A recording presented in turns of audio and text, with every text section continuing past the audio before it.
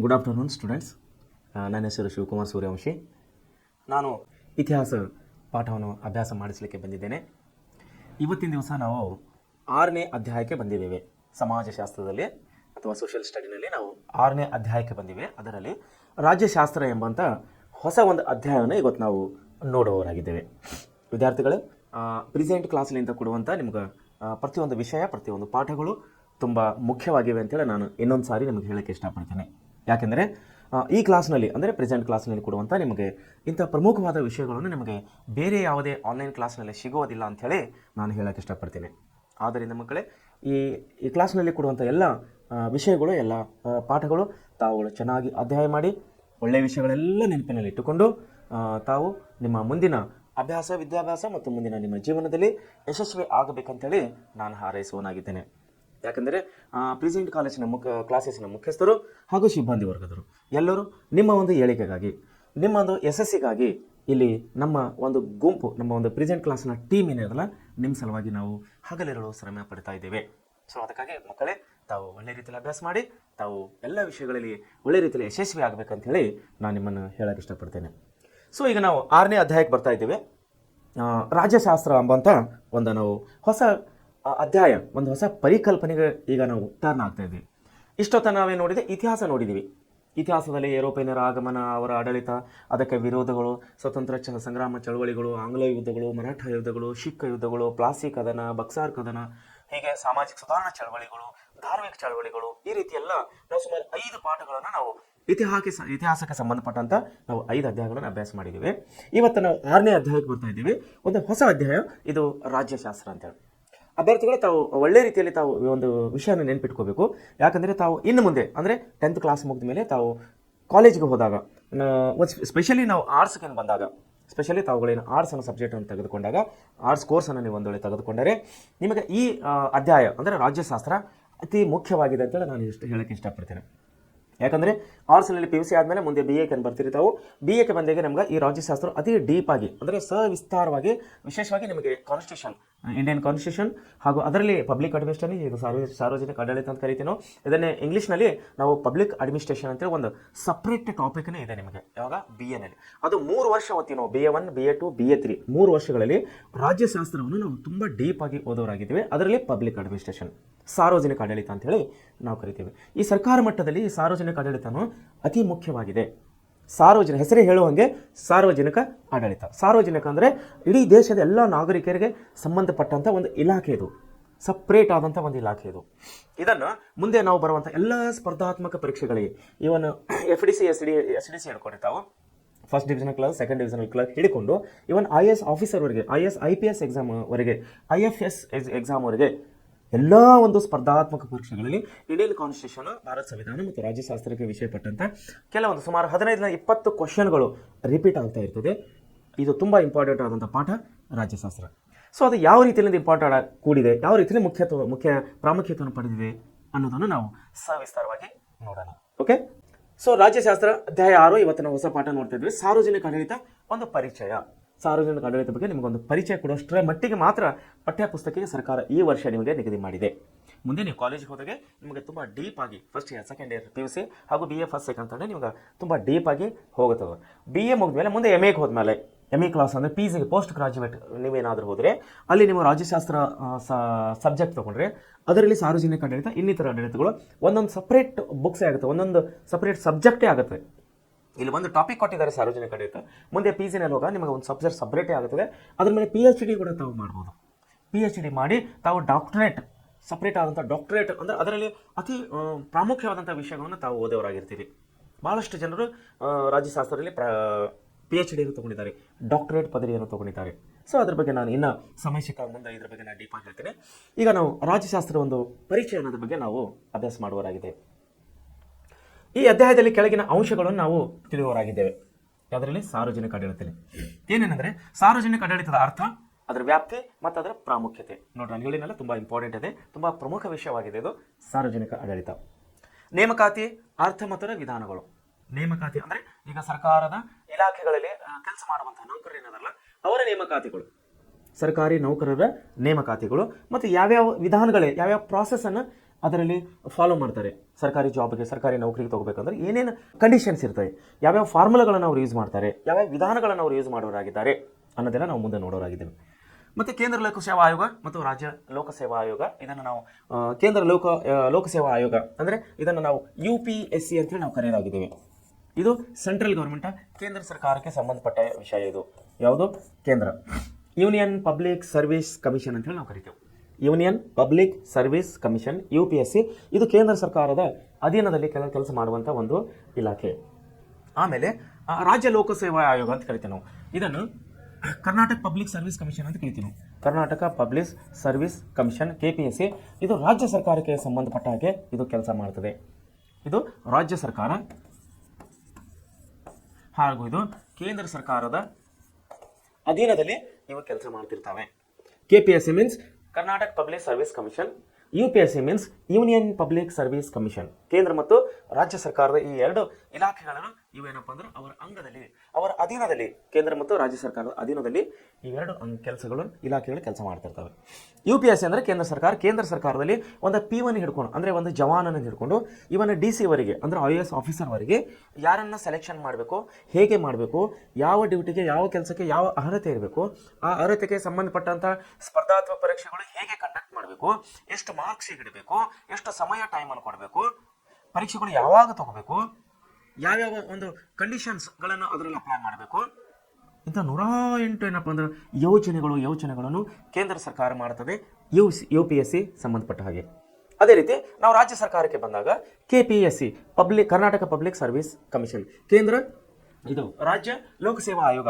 ಇದನ್ನೇನು ಮಾಡ್ತದೆ ರಾಜ್ಯ ಲೋಕಸೇವಾ ಆಯೋಗ. ರಾಜ್ಯ ಮಟ್ಟದಲ್ಲಿ ಅಂದರೆ ನಮ್ಮ ರಾಜ್ಯ ಸರ್ಕಾರದಕ್ಕೆ ಸಂಬಂಧಪಟ್ಟಂಥ ಯಾವ್ಯಾವ ಇಲಾಖೆಗಳಲ್ಲಿ ಯಾವ್ಯಾವ ಜಾಬ್ಗಳಿದೆ ಅಂದರೆ ನೌಕರಗಳು ಇದ್ದಾರೆ, ಅವರೆಲ್ಲರೂ ಹೇಗೆ ನೇಮಕಾತಿ ಮಾಡಿಕೊಳ್ಬೇಕು, ಯಾವ ಒಂದು ಡಿಸಿಗ್ನೇಷನ್ ಅಂದರೆ ನಾವನ್ನ ಸೀಟ್ ಅಂತ ಕರಿತೀವಲ್ಲ, ಎಕ್ಸಾಂಪಲ್ ಮುಖ್ಯೋಪಾಧ್ಯಾಯರು, ಶಾಲೆ ಮುಖ್ಯೋಪಾಧ್ಯಾಯರಿಗೆ ಏನಿರಬೇಕು, ಕಾಲೇಜು ಪ್ರಾಧ್ಯಾಪಕರಿಗೆ ಏನು ಅರ್ಹತೆ ಇರಬೇಕು, ಆಮೇಲೆ UG ಅಂಡರ್ ಗ್ರಾಜುಯೇಟ್ ಮತ್ತು PG ಪೋಸ್ಟ್ ಗ್ರಾಜುಯೇಟ್, ಇನ್ನು ಯೂನಿವರ್ಸಿಟಿ ಲೆವೆಲ್ ಹೋದಾಗ ಅಲ್ಲಿ ಪ್ರೊಫೆಸರ್ಗಳಿರ್ತಾರೆ. ಪ್ರೊಫೆಸರ್ಗಳನ್ನು ಯಾವ ರೀತಿ ಸೆಲೆಕ್ಷನ್ ಮಾಡಬೇಕು, ಯಾವ ಆಧಾರ ಮೇಲೆ ಅವರನ್ನು ಸೆಲೆಕ್ಷನ್ ಮಾಡಬೇಕು, ಅವರ ವಯೋಮಿತಿ, ಅವರ ಕಾಸ್ಟ್, ರಿಲಿಜನ್, ಕ್ಯಾಟಗಿರಿ, ಏನೇನು ನಿಯಮಗಳನ್ನು ಅನುಸರಿಸಬೇಕು ಎಲ್ಲವನ್ನು ರಾಜ್ಯ ಸರ್ಕಾರ ನಿರ್ಧಾರ ಮಾಡುತ್ತದೆ, ಅದು KPSCಯಲ್ಲಿ. ಆಮೇಲೆ ಕರ್ನಾಟಕ ಲೋಕಸೇವಾ ಆಯೋಗ ನಾವು ಸಪರೇಟಾಗಿ ಓದೋರಾಗಿದ್ದೇವೆ. ಮತ್ತು ಕಾನೂನು ಮತ್ತು ಸುವ್ಯವಸ್ಥೆ, ಲಾ ಆ್ಯಂಡ್ ಆರ್ಡರ್ ಅಂತ ಕರಿತೀವಿ ನಾವು. ಕಾನೂನು ಮತ್ತು ಸುವ್ಯವಸ್ಥೆ ಅಂದರೆ ಲಾ ಆ್ಯಂಡ್ ಆರ್ಡರ್ ಅಂತ ಹೇಳಿ ಕರಿತೀವಿ. ಇದ್ರ ಬಗ್ಗೆ ಇಂಗ್ಲೀಷ್ನಲ್ಲಿ ನಾವು ಇದ್ರ ಬಗ್ಗೆ ಸವಿಸ್ತಾರವಾಗಿ ಅಧ್ಯಯನ ಮಾಡುವವರಾಗಿದ್ದೇವೆ. ಓಕೆ, ಈಗ ಸಾರ್ವಜನಿಕ ಆಡಳಿತ ಅಂದ್ರೆ ಏನು, ಅದರ ಒಂದು ಅರ್ಥವನ್ನು ನಾವು ನೋಡಿಕೊಳ್ಳೋಣ. ಆಧುನಿಕ ಸಮಾಜವು ಸಂಕೀರ್ಣ ಮತ್ತು ಶೀಘ್ರಗತಿಯ ಬದಲಾವಣೆಗಳಿಗೆ ಒಳಗಾಗುತ್ತಿರುವುದರಿಂದ ಸಾರ್ವಜನಿಕ ಆಡಳಿತವು ಪ್ರಮುಖ ಸ್ಥಾನವನ್ನು ಹೊಂದಿದೆ. ನೋಡಿ ಏನಾಗ್ತದೆ ಇಲ್ಲಿ, ಸಮಾಜವು, ಆಧುನಿಕ ಸಮಾಜ ಇವತ್ತಿನ ಅಂದರೆ ಮಾಡ್ರನ್ ಸೋಷಿಯಲ್ ಅಂತೇಳಿ ಕರಿತೇವೆ ನಾವು. ಮಾಡ್ರನ್ ಸೋಷಿಯಲ್ ಅನ್ನೋದು ಏನಾಗ್ತದೆ, ಸಂಕೀರ್ಣ ಮತ್ತು ಶೀಘ್ರಗತಿಯಲ್ಲಿ ಬದಲಾವಣೆಗಳನ್ನು ಕಾಣ್ತಾ ಇದೆ. ಸಂಕೀರ್ಣ ಅಂದರೆ ಸೂಕ್ಷ್ಮವಾಗಿ ಬೆಳೀತಾ ಇದೆ, ಆಮೇಲೆ ಶೀಘ್ರಗತಿ ಅಂದರೆ ಫಾಸ್ಟ್ ಡೆವಲಪ್ಮೆಂಟ್ ಆಗ್ತಾ ಇದೆ. ಯಾವುದೇ ನಮ್ಮ ಜನರೇಷನ್, ನಮ್ಮ ಒಂದು ಜನಾನರು ಏನು ಮಾಡ್ತಾ ಇದ್ದಾರೆ, ಒಂದು ಸೂಕ್ಷ್ಮವಾಗಿ ಡೆವಲಪ್ಮೆಂಟ್ ಆಗ್ತಾರೆ, ಒಂದು ಫಾಸ್ಟ್ ಆಗಿ ಆಗ್ತಾ ಇದ್ದಾರೆ. ಸೊ ಅದಕ್ಕಾಗಿ ಈ ಸಾರ್ವಜನಿಕ ಆಡಳಿತವು ತುಂಬ ಪ್ರಾಮುಖ್ಯತೆಯನ್ನು ಪಡೆದಿದೆ. ಸಾರ್ವಜನಿಕ ಆಡಳಿತದಿಂದ ಸಮಾಜಕ್ಕೆ ಆಗುವ ಪ್ರಯೋಜನಗಳ ಅರಿವು ಮತ್ತು ಮಹತ್ವ ದಿನೇ ದಿನೇ ಹೆಚ್ಚಾಗ್ತಾ ಇದೆ. ಇದರ ಇಂಪಾರ್ಟೆನ್ಸ್, ಇದರ ಮಹತ್ವವು ದಿನೇ ದಿನೇ ಹೆಚ್ಚಾಗ್ತಾ ಇದೆ. ಆಡಳಿತಾತ್ಮಕ ಪ್ರಯೋಗಗಳು ನೋಡ್ರಿ, ಆಡಳಿತಾತ್ಮಕ ಪ್ರಯೋಗಗಳು ಅಡ್ಮಿನಿಸ್ಟ್ರೇಷನ್ನಲ್ಲಿ ಟ್ರಯಲ್ ನಡೀತಾವೆ, ಅವು ದಿನೇ ದಿನೇ ಹೆಚ್ಚಾಗ್ತಾ ಇದೆ. ಆಡಳಿತಾತ್ಮಕ ಪ್ರಯೋಗಗಳು ಮಾನವ ಸಮಾಜದಷ್ಟೇ ಪುರಾತನವಾದುದು. ಆದರೆ ಸಾರ್ವಜನಿಕ ಆಡಳಿತ ಅಧ್ಯಯನದ ಬೆಳವಣಿಗೆ ವಿಶೇಷವಾಗಿ ಅಮೆರಿಕ ಸಂಯುಕ್ತ ಸಂಸ್ಥಾನದಲ್ಲಿ ಪ್ರಾರಂಭವಾಯಿತು. ನೋಡಿ, ಪಬ್ಲಿಕ್ ಅಡ್ಮಿನಿಸ್ಟ್ರೇಷನ್ ಅಂದರೆ ಸಾರ್ವಜನಿಕ ಆಡಳಿತ ವಿಶೇಷವಾಗಿ ಇದು ಎಲ್ಲಿ ಪ್ರಾರಂಭವಾಗಿದೆ, ಅಮೆರಿಕ ದೇಶದಲ್ಲಿ ಪ್ರಾರಂಭವಾಗಿದೆ ಅಂತ ಹೇಳಿ ಹೇಳ್ತಾ ಇದ್ದೀವಿ. ಅಮೆರಿಕದ ಮಾಜಿ ಅಧ್ಯಕ್ಷರಾದ ವುಡ್ರೋ ವಿಲ್ಸನ್, ನೋಡಿ ವುಡ್ರೋ ವಿಲ್ಸನ್ ಅವರು ಸಾರ್ವಜನಿಕ ಆಡಳಿತ ಪಿತಾಮಹ ಅಂತೇಳಿ ನಾವು ಕರಿತೇವೆ. ವುಡ್ರೋ ವಿಲ್ಸನ್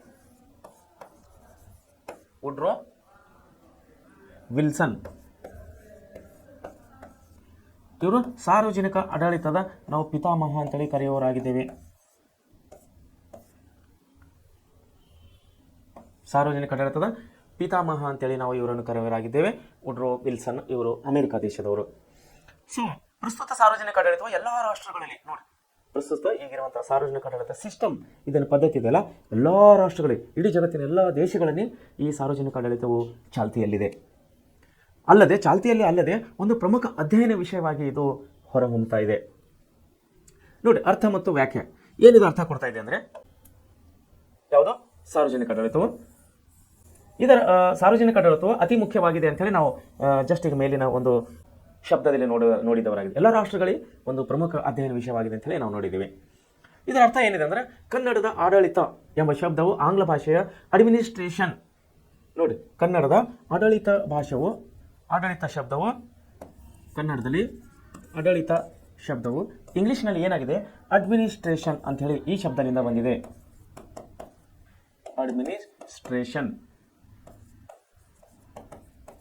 ಅಡ್ಮಿನಿಸ್ಟ್ರೇಷನ್ ಎಂಬ ಒಂದು ಶಬ್ದದಿಂದ ಇದು ಇಂಗ್ಲಿಷ್ ಶಬ್ದದಿಂದ ಬಂದಿದೆ. ಆದ್ದರಿಂದ ಅಡ್ಮಿನಿಸ್ಟ್ರೇಷನ್ ಎಂಬ ಪದವು ಲ್ಯಾಟಿನ್ ಭಾಷೆಯ AD. ನೋಡ್ರಿ, ಅಡ್ಮಿನಿಸ್ಟ್ರೇಷನ್ ಯಾವ ಶಬ್ದದಲ್ಲಿ ಬಂದಿದೆ ಅಂತ,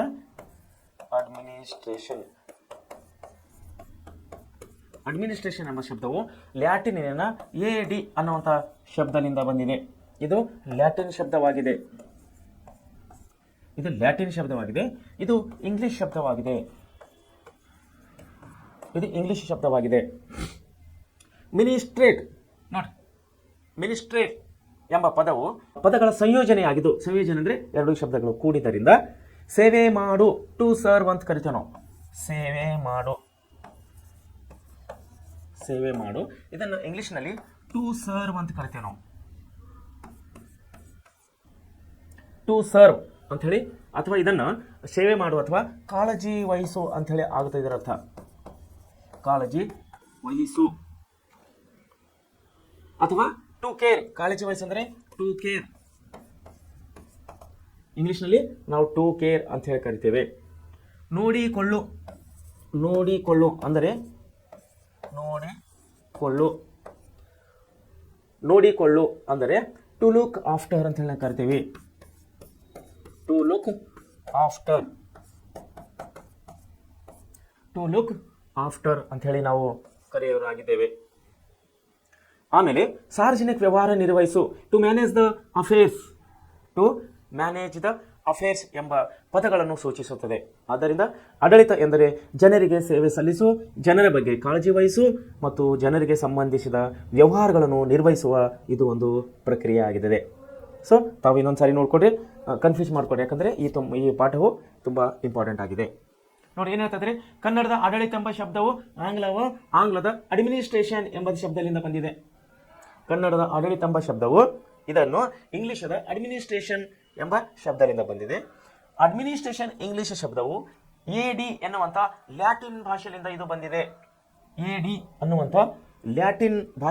ಇದು ಬಂದಿದೆ. ಇದರ ಅರ್ಥ ಏನಾಗ್ತಂದ್ರೆ ಸೇವೆ ಮಾಡು ಅಂದರೆ ಟು ಸರ್ವ್ ಅಂತ ಕರಿತೇವೆ ನಾವು ಇಂಗ್ಲಿಷ್ನಲ್ಲಿ. ಆಮೇಲೆ ಸೇವೆ ಮಾಡು, ಕಾಳಜಿ ವಹಿಸು ಅಂದ್ರೆ ಟು ಕೇರ್ ತಗೊಳ್ಳಿ ಅಂದಂಗೆ. ಆಮೇಲೆ ನೋಡಿಕೊಳ್ಳು ಅಂದರೆ ಟು ಲುಕ್ ಆಫ್ಟರ್. ಸೊ ಈ ಮೂರು ವಿಷಯಗಳೇನಿದೆ ಇದು ಸಾರ್ವಜನಿಕ ಆಡಳಿತದಲ್ಲಿ ತುಂಬ ಪ್ರಮುಖವಾದಂಥ ವಿಷಯಗಳು. ಇವೆಲ್ಲವುಗಳನ್ನು ಕೂಡಿಕೊಂಡು ಅಂದರೆ ಆಡಳಿತ, ಅಡ್ಮಿನಿಸ್ಟ್ರೇಷನ್ನಲ್ಲಿ ಸೇವೆ ಮಾಡು, ಕಾಳಜಿ ವಹಿಸು, ನೋಡಿಕೊಳ್ಳು, ಇವೆಲ್ಲವನ್ನು ಕೂಡಿಕೊಂಡು ಏನಾಗಿದೆ ಅಂದರೆ the manage of the affairs, ಸಾರ್ವಜನಿಕ ವ್ಯವಹಾರ ನಿರ್ವಹಿಸು ಅನ್ನುವಂಥ ಒಂದು ಅರ್ಥವನ್ನು ನಮಗಿಲ್ಲಿ ಕೊಡುವುದಾಗಿದೆ. ಏನು ಹೇಳ್ತಾ ನೋಡಿ, ಅಂಡ್ ಮಿನಿಸ್ಟ್ರಿ ಎಂಬ ಪದಗಳ ಸಂಯೋಜನೆಯಾಗಿದ್ದು ಇದು ಸೇವೆ ಮಾಡು, ಟು ಸರ್ವ್, ಕಾಳಜಿ ವಹಿಸು, ನೋಡಿಕೊಳ್ಳು, ಸಾರ್ವಜನಿಕ ವ್ಯವಹಾರ ನಿರ್ವಹಿಸು ಎಂಬ ಪದಗಳನ್ನು ಸೂಚಿಸುತ್ತದೆ. ಆದ್ದರಿಂದ ಆಡಳಿತ ಅಂದರೆ ಜನರಿಗೆ ಸೇವೆ ಸಲ್ಲಿಸುವ, ಜನರ ಬಗ್ಗೆ ಕಾಳಜಿ ವಹಿಸುವ ಮತ್ತು ಜನರಿಗೆ ಸಂಬಂಧಿಸಿದ ವ್ಯವಹಾರಗಳನ್ನು ನೋಡಿಕೊಳ್ಳುವ ಇದು ಒಂದು ಪ್ರಕ್ರಿಯೆಯಾಗಿದೆ ಸಾರ್ವಜನಿಕ ಆಡಳಿತ. ಸಾರ್ವಜನಿಕ ಆಡಳಿತ ಎಂಬುದು ಎಂಬ ವ್ಯಾಪಕ ಕ್ಷೇತ್ರದ ಒಂದು ನಿರ್ದಿಷ್ಟ ಭಾಗವಾಗಿದೆ. ಸಾರ್ವಜನಿಕ ಎನ್ನುವ ಪದವು ಸರ್ಕಾರಿ ಅಥವಾ ಗವರ್ನಮೆಂಟ್ ಎನ್ನುವ ಅರ್ಥವನ್ನು ಸೂಚಿಸುತ್ತದೆ. ಏನದು ಸಾರ್ವಜನಿಕ ಎನ್ನುವ ಪದವು ಏನಾಗ್ತಾ ಇದೆ, ಗವರ್ನಮೆಂಟ್ ಎಂಬಂಥ ಇಂಗ್ಲಿಷ್ ಪದವನ್ನು ಇಲ್ಲಿ ಅದರ ಅರ್ಥವನ್ನು ಸೂಚಿಸುತ್ತದೆ. ಸಾರ್ವಜನಿಕ ಆಡಳಿತ ಎಂಬ ಪದವನ್ನು 1812ರಲ್ಲಿ ಮೊಟ್ಟ ಮೊದಲ ಬಾರಿಗೆ ಅಲೆಕ್ಸಾಂಡರ್ ಹ್ಯಾಮಿಲ್ಟನ್ನರು ಬಳಸಿದರು.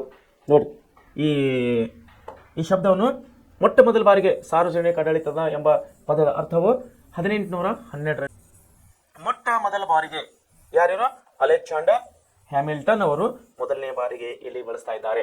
ಎಷ್ಟನೇ ಇಸ್ವಿಯಲ್ಲಿ? 1812ರಲ್ಲಿ. ಏನವ್ರ ಹೆಸರು? Alexander Hamilton.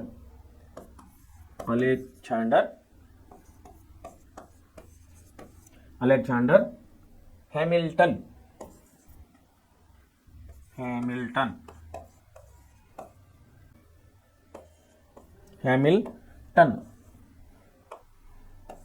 ಹ್ಯಾಮಿಲ್ಟನ್ ಎಂಬುವರು ಮೊದಲನೇದಾಗಿ 1812ರಲ್ಲಿ ಈ ಒಂದು ಭಾಷೆ, ಈ ಒಂದು ಶಬ್ದ, ಇದರ ಪರಿಕಲ್ಪನೆಯನ್ನು ಮೊದಲನೇದಾಗಿ ಇವರು ಬಳಸ್ತಾರೆ. ಅನಂತರ ಹಲವು ಚಿಂತಕರು ಸಾರ್ವಜನಿಕ ಆಡಳಿತವನ್ನು ತಮ್ಮದೇ ಆದ ರೀತಿಯಲ್ಲಿ ವ್ಯಾಖ್ಯಾನ ಕೊಡ್ತಾ ಇದ್ದಾರೆ. ವುಡ್ರೋ ವಿಲ್ಸನ್ ಅವರ ಪ್ರಕಾರ ಕಾನೂನಿನ ಸಮಗ್ರ ಮತ್ತು ಕ್ರಮಬದ್ಧ ಜಾರಿಗೊಳಿಸುವಿಕೆಯೇ ಸಾರ್ವಜನಿಕ ಆಡಳಿತವಾಗಿದೆ ಅಂತ ಹೇಳ್ತಾ ಇದ್ದಾರೆ. ಯಾರು? Woodrow Wilson. ಆಮೇಲೆ ಪೀಬ್ನರ್ ಪ್ರಕಾರ ಏನಾಗ್ತದೆ? ಸಾರ್ವಜನಿಕ ನೀತಿಯನ್ನು ಜಾರಿಗೊಳಿಸುವ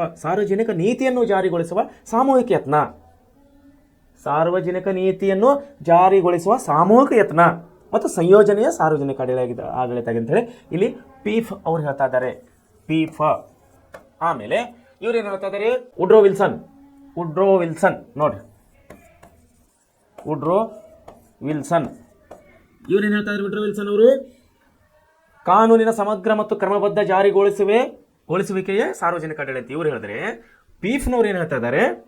ಸಾರ್ವಜನಿಕ ನೀತಿಯನ್ನು ಜಾರಿಗೊಳಿಸುವ ಸಾಮೂಹಿಕ ಯತ್ನ ಅಂತ ಹೇಳ್ತಾರೆ. ಇವರು ಸ್ವಲ್ಪ ಡಿಫ್ರೆಂಟ್ ಆಗಿ ಹೇಳ್ತಾರೆ ಅದರ ಅರ್ಥ. ಆಮೇಲೆ ಇದ್ರ ಸಂಯೋಜನೆ ಸಾರ್ವಜನಿಕ ಆಡಳಿತ ಆಗಿದೆ. ಓಕೆ.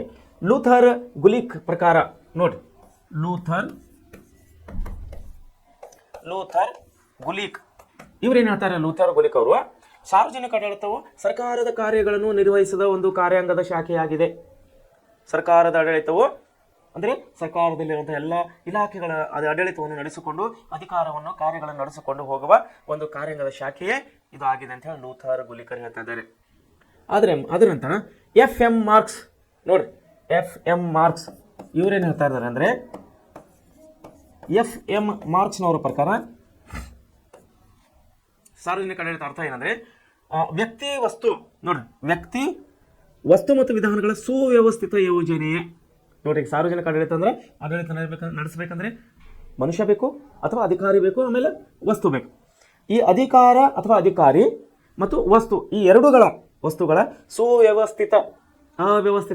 ಸುವ್ಯವಸ್ಥಿತ ಯೋಜನೆಯೇ ಸಾರ್ವಜನಿಕ ಆಡಳಿತ ಅಂತೇಳಿ ಇವರು ಎಫ್.ಎಂ. ಮಾರ್ಕ್ಸ್ ಅವರು ಹೇಳ್ತಾ ಇದ್ದಾರೆ.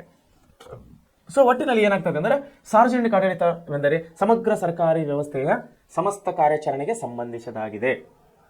ರಾಜ್ಯದ ದೈನಂದಿನ ವ್ಯವಹಾರಗಳು ನೋಡಿಕೊಂಡು ಹೋಗಲು ರಾಜ್ಯ ಸರ್ಕಾರದ ಮುಂಜಾನೆ ಎದ್ದಿನಿಂದ 5:30-6 ಗಂಟೆ ಎದ್ದ ಮೇಲೆ ರಾತ್ರಿ 12 ಗಂಟೆವರೆಗೆ ಅಥವಾ 24x7 ಅಂತ ಹೇಳ್ಬೋದು ನಾವು. ಯಾಕಂದ್ರೆ ಕೆಲವೊಂದು ಇಲಾಖೆಗಳು 24x7 ಸೇವೆ ಸಲ್ಲಿಸಿಕೊಡ್ತಾ ಇದ್ದಾವೆ. ಉದಾಹರಣೆಗೆ ಆರೋಗ್ಯ ಇಲಾಖೆ, ಉದಾಹರಣೆಗೆ ವಿದ್ಯುತ್ ಶಕ್ತಿ ಇಲಾಖೆ, KB, ಎಲೆಕ್ಟ್ರಿಕಲ್ ಬೋರ್ಡ್, ಆಮೇಲೆ ಪೊಲೀಸ್ ಇಲಾಖೆ, ಇವು ಇಲಾಖೆಗಳು 24x7 ಸರ್ವಿಸ್ ಇದೆ. ಆಸ್ಪತ್ರೆಯಲ್ಲಿ ಹೋಗ್ರಿ, ರಾತ್ರಿ 12 ಗಂಟೆ, 2 ಗಂಟೆ, 3 ಗಂಟೆ ಯಾವಾಗಲ್ಲ ನೋಡ್ರಿ, ಎಮರ್ಜೆನ್ಸಿ ಒಂದು ಕೌಂಟರಲ್ಲಿ ಇದ್ದೇ ಇರುತ್ತದೆ. ಎಮರ್ಜೆನ್ಸಿ ಸೇವೆ ಇರುತ್ತದೆ. ಎಲ್ಲಿ? ಸಾರ್ವಜನಿಕ ಆಸ್ಪತ್ರೆಗಳಲ್ಲಿ, ಸರ್ಕಾರಿ ಆಸ್ಪತ್ರೆಗಳಲ್ಲಿ. ಆಮೇಲೆ ಪೊಲೀಸ್ ಸ್ಟೇಷನ್ ಹೋಗ್ರಿ, ಏನೇ ಗದ್ದಲೆ ಆದ್ರೂ ಕೂಡ ರಾತ್ರಿ 12 ಗಂಟೆ, 2 ಗಂಟೆ, 3 ಗಂಟೆ ಎಲ್ಲಿಗಾದ್ರೂ ಹೊಡೆದ್ರು ಕೂಡ ಪೊಲೀಸರು ನಿಮ್ಮ ಸೇವೆಗೆ ಸಿದ್ಧರಾಗಿರ್ತಾರೆ. ಆಮೇಲೆ ಕರೆಂಟ್, ಮನೆಯಲ್ಲಿ ವಿದ್ಯುತ್ ಶಕ್ತಿ ಇಲ್ಲ, ಏನೋ ಒಂದು ಗಾಳಿ ಬಿರುಗಾಳಿ ಬಿದ್ದು ಏನೋ ಒಂದು ಆಗಿದೆ, ರಾತ್ರಿ ಸಮಯದಲ್ಲಿ ಕರೆಂಟ್ ಹೋಗಿದೆ ಅಂದರೆ ಅವರ ಸಹಾಯವಾಣಿ ನಂಬಕ್ಕೆ ವಿದ್ಯುತ್ ಶಕ್ತಿಯ ಕಚೇರಿಯ ಒಂದು ಸಹಾಯವಾಣಿ ಕಂಪನಿಗೆ ಫೋನ್ ಮಾಡಿದಾಗ ಅವರು ಇಮಿಡಿಯೇಟ್ ಬಂದು ನಿಮಗೆ ಸರ್ವಿಸ್ ಕೊಡುವವರಾಗಿದ್ದಾರೆ, ನಿಮಗೆ ಸೇವೆ ಕೊಡುವವರಾಗಿದ್ದಾರೆ. ಸೊ ಇಂಥ ಹಲವು ಇಲಾಖೆಗಳು ಇವತ್ತು ನಮ್ಮ ರಾಜ್ಯ ಸರ್ಕಾರದಲ್ಲಿ ಮತ್ತು ನಮ್ಮ ಕೇಂದ್ರ ಸರ್ಕಾರದಲ್ಲಿ ಕಾರ್ಯನಿರ್ವಹಿಸ್ತಾ ಇವೆ. ನಾವು ಇವು 3 ರಾಜ್ಯ ಸರ್ಕಾರಕ್ಕೆ ಬರ್ತವೆ. ಎಕ್ಸಾಂಪಲ್ ಆರೋಗ್ಯ ಇಲಾಖೆ, ಪೊಲೀಸ್ ಇಲಾಖೆ ಮತ್ತು ವಿದ್ಯುತ್ ಶಕ್ತಿ ಇಲಾಖೆ. ಇದನ್ನೇ ನಾವು ಕೇಂದ್ರ ಸರ್ಕಾರಕ್ಕೆ ಬಂದಾಗ ನೋಡಿ 24x7 ಬ್ಯಾಂಕ್ಗಳು ಇವತ್ತು ನಾವು 24x ಸರ್ವಿಸ್ ಸೇವೆ ಕೊಡ್ತಾ ಇದ್ದೀವಿ, 24 ಗಂಟೆ. ಉದಾಹರಣೆಗಾಗಿ ಎ.ಟಿ.ಎಂ ಮಷಿನ್ ನಾವು ದುಡ್ಡು ತೆಗಿತೀವಿ, ನಾವು ದುಡ್ಡು ಹಾಕಬಹುದಾಗಿದೆ, ದುಡ್ಡು ಜಮಾ ಮಾಡಬಹುದಾಗಿದೆ, ದುಡ್ಡು ತೆಗಿಬಹುದಾಗಿದೆ. ಎ.ಟಿ.ಎಂಗಳು 24x7 ಸರ್ವಿಸ್ ಆಗಿದೆ. ಆಮೇಲೆ ನಮ್ಮ ಸೇನೆ, ನಮ್ಮ ಭಾರತೀಯ ಸೇನೆ 3 ಅಂಗಗಳು, ಭೂದಳ, ವಾಯುದಳ ಮತ್ತು ನೌಕಾದಳ, ಈ 3ಗಳು 24x7 ನಲ್ಲಿ ನಮಗೆ ಸರ್ವಿಸ್ ಕೊಡ್ತಾ ಇವೆ. ಸೊ ಈ ರೀತಿ ದೂರ ಸಂಪರ್ಕ ಇಲಾಖೆ ನೋಡಿ, ಕಮ್ಯುನಿಕೇಶನ್, ಟೆಲಿಫೋನ್ ಆ್ಯಂಡ್ ಕಮ್ಯುನಿಕೇಶನ್, ರಾತ್ರಿ 12 ಗಂಟೆಗೆ ಫೋನ್ ಮಾಡಿ ರಾತ್ರಿ 2 ಗಂಟೆ ಇಂಟರ್ನೆಟ್, ಫೋನ್ಗಳು, ಇಂಟರ್ನೆಟ್ ರಾತ್ರಿ 24 ಅವರ್ಸ್ ನಮಗೆ ಸರ್ವಿಸ್ ಕೊಡ್ತಾ ಇದ್ದೇವೆ. ಟೆಲಿಫೋನ್ ಆಫೀಸ್ ಆಯಿತು, ನಮ್ಮ ಆರ್ಮಿ ಆಯಿತು, ಬ್ಯಾಂಕಿಂಗ್ ಸೇವೆ ಆಯಿತು, ಇವೆಲ್ಲಗಳನ್ನು ನಾವು ಕೇಂದ್ರ ಸರ್ಕಾರದ ಅಧೀನ ಬರ್ತಾ ಇವೆ. ಸೊ ಈ ರೀತಿ ನಾವು ನೋಡಿದಾಗ ಕೇಂದ್ರ ಸರ್ಕಾರ ಮತ್ತು ರಾಜ್ಯ ಸರ್ಕಾರ ಮಾನವನಿಗೆ 24x7 ಅಂದರೆ 24 ತಾಸು, ದಿನದ 24 ತಾಸು ಸೇವೆ ಸಲ್ಲಿಸುವಂಥ ಇಲಾಖೆಗಳಾಗಿದ್ದೇವೆ. ನೋಡಿ ಇಲ್ಲಿ ಏನು ಹೇಳ್ತಿದ್ರೆ, ಒಟ್ಟಿನಲ್ಲಿ ಸಾರ್ವಜನಿಕ ಕಡೆ ಸಮಗ್ರ ಸರ್ಕಾರಿ ವ್ಯವಸ್ಥೆಯ ಸಮಸ್ತ ಕಾರ್ಯಾಚರಣೆಗೆ ಸಂಬಂಧಿಸಲಾಗಿದೆ. ರಾಜ್ಯದ ದೈನಿಕ ವ್ಯವಹಾರಗಳು ನೋಡಿಕೊಂಡು ಹೋಗುವ ಸರ್ಕಾರದ ಅಂಗವೇ ಸಾರ್ವಜನಿಕ ಆಡಳಿತ ಆಗಿದೆ. ಸೊ ಸಾರ್ವಜನಿಕ ಆಡಳಿತ ಪ್ರಾಮುಖ್ಯ ಏನಿದೆ, ಯಾಕೆ ಬೇಕಿದು ಸಾರ್ವಜನಿಕ ಆಡಳಿತ? ಮನುಷ್ಯನಿಗೆ ಅವಶ್ಯಕತೆ ಇದೆ ಅಂತೀರಾ? ಒಂದು ದೇಶದ ಒಂದು ಪ್ರಜೆದ ಒಂದು ನಾಗರಿಕರಿಗೆ, ಒಂದು ರಾಜ್ಯದ ನಾಗರಿಕರಿಗೆ, ಪ್ರಜೆಗಳಿಗೆ ಈ ಸಾರ್ವಜನಿಕ ಆಡಳಿತ ಮುಖ್ಯ ಐತೆ ಅಂತೀರಾ? ಸೊ ನೋಡ್ರಿ ಏನು ಮುಖ್ಯ ಇದೆ. ಪೊಲೀಸ್ ರಾಜ್ಯದಿಂದ ಸಖಿ ರಾಜ್ಯವಾಗಿ ಬದಲಾವಣೆಯಾಗುತ್ತಿರುವ ರಾಜ್ಯದ ಸ್ವರೂಪಕ್ಕೆ ಅನುಗುಣವಾಗಿ ಸಾರ್ವಜನಿಕ ಆಡಳಿತದ ಪ್ರಾಮುಖ್ಯತೆಯನ್ನು ಹೆಚ್ಚುತ್ತಾ ಇದೆ. ನೋಡಿ, ಪೊಲೀಸ್ ರಾಜ್ಯದಿಂದ ಸಖಿ ರಾಜ್ಯವಾಗಿ, ಪೊಲೀಸ್ ಅಂದರೆ ಮುಂಚೆ ಏನಿತ್ತು ಮಿಲಿಟರಿ ಸರ್ಕಾರಗಳಿದ್ದವು, ಆರ್ಮಿ ಸರ್ಕಾರಗಳಿದ್ದವು. ಅಂತಹ ಮಿಲಿಟರಿ ಸರ್ವಿಸ್ನಲ್ಲಿ ಜನರಿಗೆ ನ್ಯಾಯಯುತವಾದಂತಹ ಕೆಲವೊಂದು ಹಕ್ಕು ಮತ್ತು ಕರ್ತವ್ಯಗಳು ಸಿಗ್ತಾ ಇದ್ದಿಲ್ಲ. ಅದನ್ನೆಲ್ಲ ದೂರ ಹೋಗಿ, ಅಂದರೆ ಅರಸೊತ್ತಿಗೆ ರಾಜರ ಮನೆತನಗಳು ಹೋಗಿ, ಆರ್ಮಿ ಅಂದರೆ ಮಿಲಿಟರಿ ಸರ್ಕಾರ ಬಂತು, ರಾಜ ಮನೆತನ ಹೋದ್ಮೇಲೆ ಮಿಲಿಟರಿ ಸರ್ಕಾರ ಬಂತು, ಮಿಲಿಟರಿ ಸರ್ಕಾರ ಹೋದ್ಮೇಲೆ ಇವಾಗ ಪ್ರಜಾಪ್ರಭುತ್ವ ಆಡಳಿತ ಇದೆ, ಪ್ರಜಾಪ್ರಭುತ್ವ ಸರ್ಕಾರಗಳಿವೆ. ಈ ಪ್ರಜಾಪ್ರಭುತ್ವ ಸರ್ಕಾರದಲ್ಲಿ ಏನಾಗ್ತದೆ, ಬಹಳಷ್ಟು ಎಲ್ಲ ದೇಶಗಳು ಆಲ್ಮೋಸ್ಟ್ ಎಲ್ಲ ಜಗತ್ತಿನ ಎಲ್ಲ ದೇಶಗಳು ಪ್ರಜಾಪ್ರಭುತ್ವ ಸರ್ಕಾರವನ್ನು ಕಾಣ್ತಾ ಇದ್ದಾವೆ. ಸೊ ಅದೇ ಕೊಡ್ತಾ ಇದ್ದಾರೆ, ಪೊಲೀಸ್ ರಾಜ್ಯದಿಂದ ಸಖಿ ರಾಜ್ಯವಾಗಿ ಅಂದರೆ ಸುಖ ರಾಜ್ಯವಾಗಿ ಎಲ್ಲರಿಗೆ ಪ್ರತಿಯೊಂದು ಮನುಷ್ಯನಿಗೆ ಒಂದು ಸೇವೆಯನ್ನು ಸಿಗ್ತಾ ಇದೆ. ಒಂದು ಮನುಷ್ಯನು ನಿಶ್ಚಿಂತವಾಗಿ ತಮ್ಮ ಜೀವನ ನಡೆಸ್ತಾ ಇದ್ದಾನೆ. ಸೊ ಆ ಮುಖ್ಯವಾಗಿ ಮಾನವನ ಸರ್ವಾಂಗೀಣ ಅಭಿವೃದ್ಧಿ, ಮನುಷ್ಯನ ಸರ್ವಾಂಗೀಣ ಅಭಿವೃದ್ಧಿಗಾಗಿ ಹಾಗೂ ಮಾನವನ ಸಮಾಜದ ಉಳಿವು ಮತ್ತು ಅಳಿವು ಸಾರ್ವಜನಿಕ ಆಡಳಿತವನ್ನು ಅವಲಂಬಿಸಿದೆ. ಮನುಷ್ಯನ ಸಮಾಜದ ಅಳಿವು ಮತ್ತು ಉಳಿವು ಅಂತ ಹೇಳ್ತೀವಲ್ಲ, ಅದನ್ನು ಒಂದು ಸಾರ್ವಜನಿಕ ಆಡಳಿತವು ಈ ಜೀವನದಲ್ಲಿ ಮನುಷ್ಯನಿಗೆ ತುಂಬ ಅತಿ ಮುಖ್ಯವಾಗಿದೆ ಅಂತೇಳಿ ನಾವು ಹೇಳಕ್ಕೆ ಇಷ್ಟಪಡ್ತಾ ಇದ್ದೇವೆ. ವ್ಯಕ್ತಿಗಳೆಲ್ಲರೂ ಹುಟ್ಟಿನಿಂದ ಸಾಯುವವರೆಗೆ ನೋಡಿ, ಪ್ರತಿಯೊಬ್ಬ ಮನುಷ್ಯನು ಹುಟ್ಟಿನಿಂದ ಸಾಯುವವರೆಗೆ ಸಾರ್ವಜನಿಕ ಆಡಳಿತ ವ್ಯವಸ್ಥೆಗೆ ಒಳಪಟ್ಟಿದ್ದಾನೆ. ಹೇಳಿದಲ್ಲ ನಿಮ್ಗೆ, ಆಸ್ಪತ್ರೆ ಹೇಳಿದೆ 24/7 ಇದೆ, ಪೊಲೀಸ್ ಸೇವೆ ಹೇಳಿದೆ ಅದು 24/7 ಇದೆ. ಸೊ ಇನ್ನಿತರ ಎಲ್ಲ ಇಲಾಖೆಗಳು 24 ತಾಸುಗಳು ಮನುಷ್ಯರಿಗೆ ಅಂದರೆ ಪ್ರಜೆಗಳಿಗೆ ಸೇವೆಯನ್ನು ಸಲ್ಲಿಸ್ತಾ ಇದ್ದಾರೆ. ವ್ಯಕ್ತಿಗಳೆಲ್ಲರೂ ಹುಟ್ಟಿನಿಂದ ಸಾಯುವವರೆಗೆ ಸಾರ್ವಜನಿಕ ವ್ಯವಸ್ಥೆಗೆ ಒಳಪಟ್ಟಿರ್ತಾರೆ. ಇದು ರಾಜ್ಯ ವ್ಯವಸ್ಥೆಯ ಹೃದಯವಾಗಿದೆ. ನೋಡ್ರಿ, ಇದು ರಾಜ್ಯದ ಆಡಳಿತ ವ್ಯವಸ್ಥೆಯ ಒಂದು ಹೃದಯವಾಗಿದೆ. ಸಾರ್ವಜನಿಕ ಆಡಳಿತ ಇಲ್ಲದ ರಾಜ್ಯದ ಕಲ್ಪನೆ ಅಸಾಧ್ಯವಾಗಿದೆ. ಆದ್ದರಿಂದ ಆಧುನಿಕ ರಾಜ್ಯಗಳು ಏನಾಗಿದೆ, ಇಲ್ಲಿ ಆಡಳಿತಾತ್ಮಕ ರಾಜ್ಯಗಳು ಎಂದು ಅಡ್ಮಿನಿಸ್ಟ್ರೇಟಿವ್ ಸ್ಟೇಟ್ ಅಂತ ಹೇಳಿ ಕರೆಯಲಾಗಿದೆ. ಮುಂಚೆ ಏನಿದ್ದೆವು ಆಡಳಿತಾತ್ಮಕ ರಾಜ್ಯಗಳಿದ್ದವು, ಈಗೇನಾಗಿದೆ ಅಡ್ಮಿನಿಸ್ಟ್ರೇಟಿವ್ ಸ್ಟೇಟ್ಗಳಾಗಿ ಈಗ ನಾವು ಬದಲಾವಣೆ ಕಾಣ್ತಾ ಇದ್ದೇವೆ. ಈ ಕೆಳಗಂಡ ಸಾರ್ವಜನಿಕ ಆಡಳಿತ ಪ್ರಾಮುಖ್ಯತೆಯನ್ನು ತಿಳಿಸುತ್ತವೆ. ಏನಂದರೆ ಸಾರ್ವಜನಿಕ ಆಡಳಿತವು ಸರ್ಕಾರದ ಒಂದು ಆಧಾರ ಸ್ತಂಭವಾಗಿದೆ. ನೋಡಿ, ಒಂದು ಸರ್ಕಾರ ನಡಿಬೇಕಂದ್ರೆ ಪ್ರತಿಯೊಬ್ಬ ಎಂಪ್ಲಾಯ್ ಅಂದರೆ ನೌಕರರು ಬೇಕು. ಒಬ್ಬ ಜವಾನನಿಂದ ಹಿಡ್ಕೊಂಡು IAS ಆಫೀಸರ್, DC ವರೆಗೆ, ಜಿಲ್ಲಾಧಿಕಾರಿಯವರೆಗೆ ಏನು ಈ ಮಧ್ಯದಲ್ಲಿನ ಎಲ್ಲ ಸೇವಕರೇನಿದ್ದಾರೆ ಅವರೆಲ್ಲರೂ ರಾಜ್ಯ ಸರ್ಕಾರದ ಆಧಾರ ಸ್ತಂಭವಾಗಿದೆ. ನೋಡಿ, ಇವತ್ತು ನಾವು ಯಾವುದೋ ಒಂದು ಕಚೇರಿಯಲ್ಲಿ ಹೋಗ್ತೀವಿ, ಒಂದಿಬ್ಬರ ಸ್ಟಾಫ್ಗಳು ಅಂದರೆ ಒಂದಿಬ್ಬರು ಜನ ಅಧಿಕಾರಿಗಳು ರಜೆ ಹಾಕಿದರೆ ಕೆಲಸಕ್ಕೆ ಎಷ್ಟು ತೊಂದರೆ ಆಗ್ತದೆ. ಯಾಕಂದರೆ ಒಬ್ಬೊಬ್ಬರಿಗೆ ಒಂದೊಂದು ಥರ ಜವಾಬ್ದಾರಿ ಕೊಟ್ಟಿರ್ತಾರೆ. ಮ್ಯಾನೇಜರ್ ಪೋಸ್ಟ್ ಅಂದರೆ ಅವನು ಮ್ಯಾನೇಜರ್ ಜವಾಬ್ದಾರಿ ತೊಗೋಬೇಕು. ಸೂಪರಿಂಟೆಂಡೆಂಟ್ ಅಂದರೆ ಸೂಪರಿಂಟೆಂಡೆಂಟ್ ಅವರ ಜವಾಬ್ದಾರಿನ ಅವ್ರು ತೊಗೋಬೇಕು. ಒಬ್ಬ ಕಾರ್ಯಪಾಲಕ ಅಂದರೆ ಅವರ ಜವಾಬ್ದಾರಿಯನ್ನು ಅವರು ತೊಗೋಬೇಕು. ಒಬ್ಬ ಎಕ್ಸಿಕ್ಯೂಟಿವ್ ಇಂಜಿನಿಯರ್ ಅವನ ಕೆಲಸ ಅವನೇ ಮಾಡಬೇಕು. ಸೊ 10 ಹಲವುಗಳ ವಿಷಯವಾಗಿ ನಾವು ನೋಡಿದಾಗ ಒಂದು ಕಚೇರಿಯಲ್ಲಿ ನಮ್ಮದು ಏನೋ ಒಂದು ಕೆಲಸ ಇದ್ದಾಗ ನಾವು ಹೋದಾಗ ಒಂದಿಬ್ಬರು ಅಥವಾ ಮೂಗರ ಅಧಿಕಾರಿಗಳು ರಜೆಯನ್ನು ಹಾಕಿದಾಗ ನಾವು ಎಷ್ಟು ತೊಂದರೆಯನ್ನು ಅನುಭವಿಸ್ತೇವೆ ಅನ್ನೋದು ತಾವು ಒಂದು ಸಾರಿ ಅರ್ಥ ಮಾಡ್ಕೋಬೇಕು. ಯಾವುದೋ ಒಂದು ಕೆಲಸಕ್ಕೆ ಹೋಗಿರ್ತೀವಿ, ಬ್ಯಾಂಕಿನಲ್ಲಿ ಎಕ್ಸಾಂಪಲ್ ಉದಾಹರಣೆಗಾಗಿ ಬ್ಯಾಂಕಿಗೆ ಹೋದಾಗ ಯಾವುದೋ ಒಂದು ಸಿಗ್ನೇಚರ್ ಬೇಕಾಗ್ತದೆ, ಯಾವುದೋ ಒಂದು ಲೋನ್ ಶಾಂಕ್ಷನ್ ಇರುತ್ತದೆ, ಯಾವುದೋ ಒಂದು ಮನೆಯ ಒಂದು ಕಾಗದ ಪತ್ರ ಅಥವಾ ಟ್ಯಾಕ್ಸ್ ಕಟ್ಟುವಂಥ ಒಂದು ಕೆಲಸ ಇರ್ತದೆ. ಅವತ್ತಿನ ದಿವಸ ಟ್ಯಾಕ್ಸ್ ತುಂಬಿಕೊಳ್ಳೋನು ರಜೆ ಹಾಕಿರ್ತಾನೆ, ಅಥವಾ ಲೋನ್ ಶಾಂಕ್ಷನ್ ಮಾಡುವಂಥ ಅಭಿವೃದ್ಧಿ ಅಧಿಕಾರಿ ಅಂತ ಕರಿತೀವಿ, ಅವರು ಅಥವಾ ರಜೆ ಹಾಕಿರ್ತಾರೆ. ಸೊ ಏನಾಗ್ತದೆ, ಅವತ್ತಿನ ದಿವಸ ಆ ಕೆಲಸ ಆಗೋದಿಲ್ಲ. ಆ ಶಾಂಕ್ಷನ್ ಮಾಡುವಂಥ ಕೆಲಸ ಅಧಿಕಾರಿ ಇನ್ನೊಬ್ಬರು ಮಾಡೋಕ್ಕೆ ಬರೋದಿಲ್ಲ, ಯಾಕಂದರೆ ಜವಾಬ್ದಾರಿಯನ್ನು ಈ ಅಧಿಕಾರಿಗೆ ಕೊಟ್ಟಿರ್ತದೆ. ಸೊ ಈ ರೀತಿ ನಾವು 10 ಹಲವುಗಳ ಒಂದು ಕ್ರಮವಾಗಿ ನೋಡಿದಾಗ ಸಾರ್ವಜನಿಕ ಆಡಳಿತ ಏನಾಗಿದೆ, ಸರ್ಕಾರದ ಒಂದು ಆಧಾರ ಸ್ತಂಭವಾಗಿದೆ ಅಂತ ಹೇಳಬೇಕು ನಾವು. ನೋಡಿ, ರಾಜ್ಯದಲ್ಲಿ ಶಾಸಕಾಂಗ ಹಾಗೂ ನ್ಯಾಯಾಂಗವಿಲ್ಲದ ಸರ್ಕಾರವನ್ನು ಊಹಿಸಬಹುದು. ಒಂದು ವೇಳೆ ಆ ದೇಶದಾಗ ಇವತ್ತೊಂದು ದಿವಸ ನ್ಯಾಯಾಂಗ ಇಲ್ಲ, ಕೆಲಸ ಮಾಡಿಲ್ಲ ಅಂದ್ರೆ ನಡಿಬೋದು. ಇವತ್ತೊಂದು ದಿವಸ ಶಾಸಕಾಂಗ ಇಲ್ಲ, ಇವತ್ತು ಯಾವುದೇ ರೀತಿ ಶಾಸನ ರೂಪಿಸಲಾಗಿಲ್ಲ ಅಂದ್ರೆ, ಶಾಸನ ಆಗಿಲ್ಲ ಅಂದ್ರೆ ನಡಿಬೋದು. ಆದರೆ ಆಡಳಿತಾಂಗವಿಲ್ಲದ ಸರ್ಕಾರ ಅಥವಾ ರಾಜ್ಯನ ಊಹಿಸಲು ಸಾಧ್ಯವಿಲ್ಲ. ಕಾರ್ಯಾಂಗವಿಲ್ಲದೇ ಕೆಲಸ ನಡೀತಾ ಇಲ್ಲ. ಸಾರ್ವಜನಿಕ ನೀತಿಗಳನ್ನು ಕಾರ್ಯಗೊಳಿಸಲು ಆಡಳಿತಾತ್ಮಕ ಯಂತ್ರ ಎಲ್ಲ ರಾಷ್ಟ್ರಗಳಲ್ಲಿ ಅತ್ಯವಶ್ಯಕವಾಗಿರುತ್ತದೆ. ಹೀಗಾಗಿ ಪಾಲ್ ಎಚ್ ಅಪಲ್ಬಿ ರವರು ಆಡಳಿತವಿಲ್ಲದ ಸರ್ಕಾರ ಕೇವಲ ಒಣ ಹರಟೆಯ ಕೂಟವಾಗುವುದು ಎಂದು ಅಭಿಪ್ರಾಯಪಟ್ಟಿದ್ದಾರೆ. ಆಡಳಿತವಿಲ್ಲದ ಸರ್ಕಾರ ಒಣ ಹರಟೆಯ ಒಂದು ಗುಂಪು ಅಂಥೇಳಿ ನಾವು ಕರಿಬಹುದು ಅಂತೇಳಿ ಯಾರು ಪಾಲ್ ಎಚ್ ಅಪಲ್ಬಿ ಅವರು ಅಭಿಪ್ರಾಯಪಡ್ತಾ ಇದ್ದಾರೆ. ಸೊ ಒಟ್ಟಾರೆ ಹೇಳಬೇಕಾದ್ರೆ ಒಂದು ಸರ್ಕಾರದ ಕಾರ್ಯಾಂಗದಲ್ಲಿ ಅಧಿಕಾರಿಗಳು ಇಲ್ಲ ಅಂದರೆ ಕೆಲಸ ಮಾಡೋಕ್ಕಾಗೋದಿಲ್ಲ. ಯಾವುದೇ ಅಧಿಕಾರಿ ಇರ್ಬೋದು, ಅದು ಹಿರಿಯ ಅಧಿಕಾರಿಗಳಾಗಿರ್ಬೋದು ಅಥವಾ ಕಿರಿಯ ಅಧಿಕಾರಿ ಆಗಿರ್ಬೋದು. ಹಿರಿಯ ಅಧಿಕಾರಿ ಇಲ್ಲ ಅಂದರೆ ಕಿರಿಯ ಅಧಿಕಾರಿ ಹೋಗಿ ಅವನ ಕೆಲಸ ಮಾಡೋಕ್ಕಾಗೋದಿಲ್ಲ. ಹಾಗೂ ಕಿರಿಯ ಅಧಿಕಾರಿ ಇಲ್ಲಾಂದರೆ ಹಿರಿಯ ಅಧಿಕಾರಿ ಒಂದು ಕಿರಿಯ ಅಧಿಕಾರಿಯ ಕೆಲಸ ಮಾಡಲಿಕ್ಕೆ ಆಗೋದಿಲ್ಲ. ಸೊ ಅವರವರ ಜವಾಬ್ದಾರಿಗಳು, ಅವರವರ ಒಂದು ಕಾರ್ಯವನ್ನು ಅವರವರಿಗೆ ಹಂಚಲಾಗಿರುತ್ತದೆ. ಅವರ ಹಂಚಿಕೆ ಪ್ರಕಾರವೇ ಅವರ ಒಂದು ಕಾರ್ಯವನ್ನು ನಿಭಾಯಿಸಿಕೊಂಡು ಸರ್ಕಾರದ ದಿನನಿತ್ಯ ಕೆಲಸವನ್ನು ಅವರು ಮಾಡಬೇಕಾಗುತ್ತದೆ. ಸೊ ಇಂಥ ಒಂದು ಸಂದಿಗ್ಧ ಪರಿಸ್ಥಿತಿಯಲ್ಲಿ ಒಂದು ದಿವಸ ನ್ಯಾಯಾಂಗ ಕೆಲಸ ಮಾಡಿಲ್ಲ ಅಂದ್ರೆ ನಡಿಬೋದು, ಇವತ್ತು ನ್ಯಾಯ ನಾಳೆ ಕೊಡ್ಬೋದು. ಒಂದು ದಿವಸ ಶಾಸಕಾಂಗ ಕಾರ್ಯ ಕೆಲಸ ಮಾಡಿಲ್ಲ ಅಂದ್ರೆ ನಡಿಬೋದು, ಇವತ್ತಿನ ಕಾನೂನು ನಾಳೆನೂ ರೂಪಿಸ್ಬೋದು. ಆದರೆ ಕಾರ್ಯಾಂಗ ಇಲ್ಲ ಅಂದರೆ ತುಂಬ ಸಮಸ್ಯೆ ಆಗುತ್ತದೆ. ಉದಾಹರಣೆಗಾಗಿ ಇನ್ನೊಂದು ಉದಾಹರಣೆ ಹೇಳಕ್ಕೆ ಇಷ್ಟಪಡ್ತೇನೆ ನಿಮಗೆ.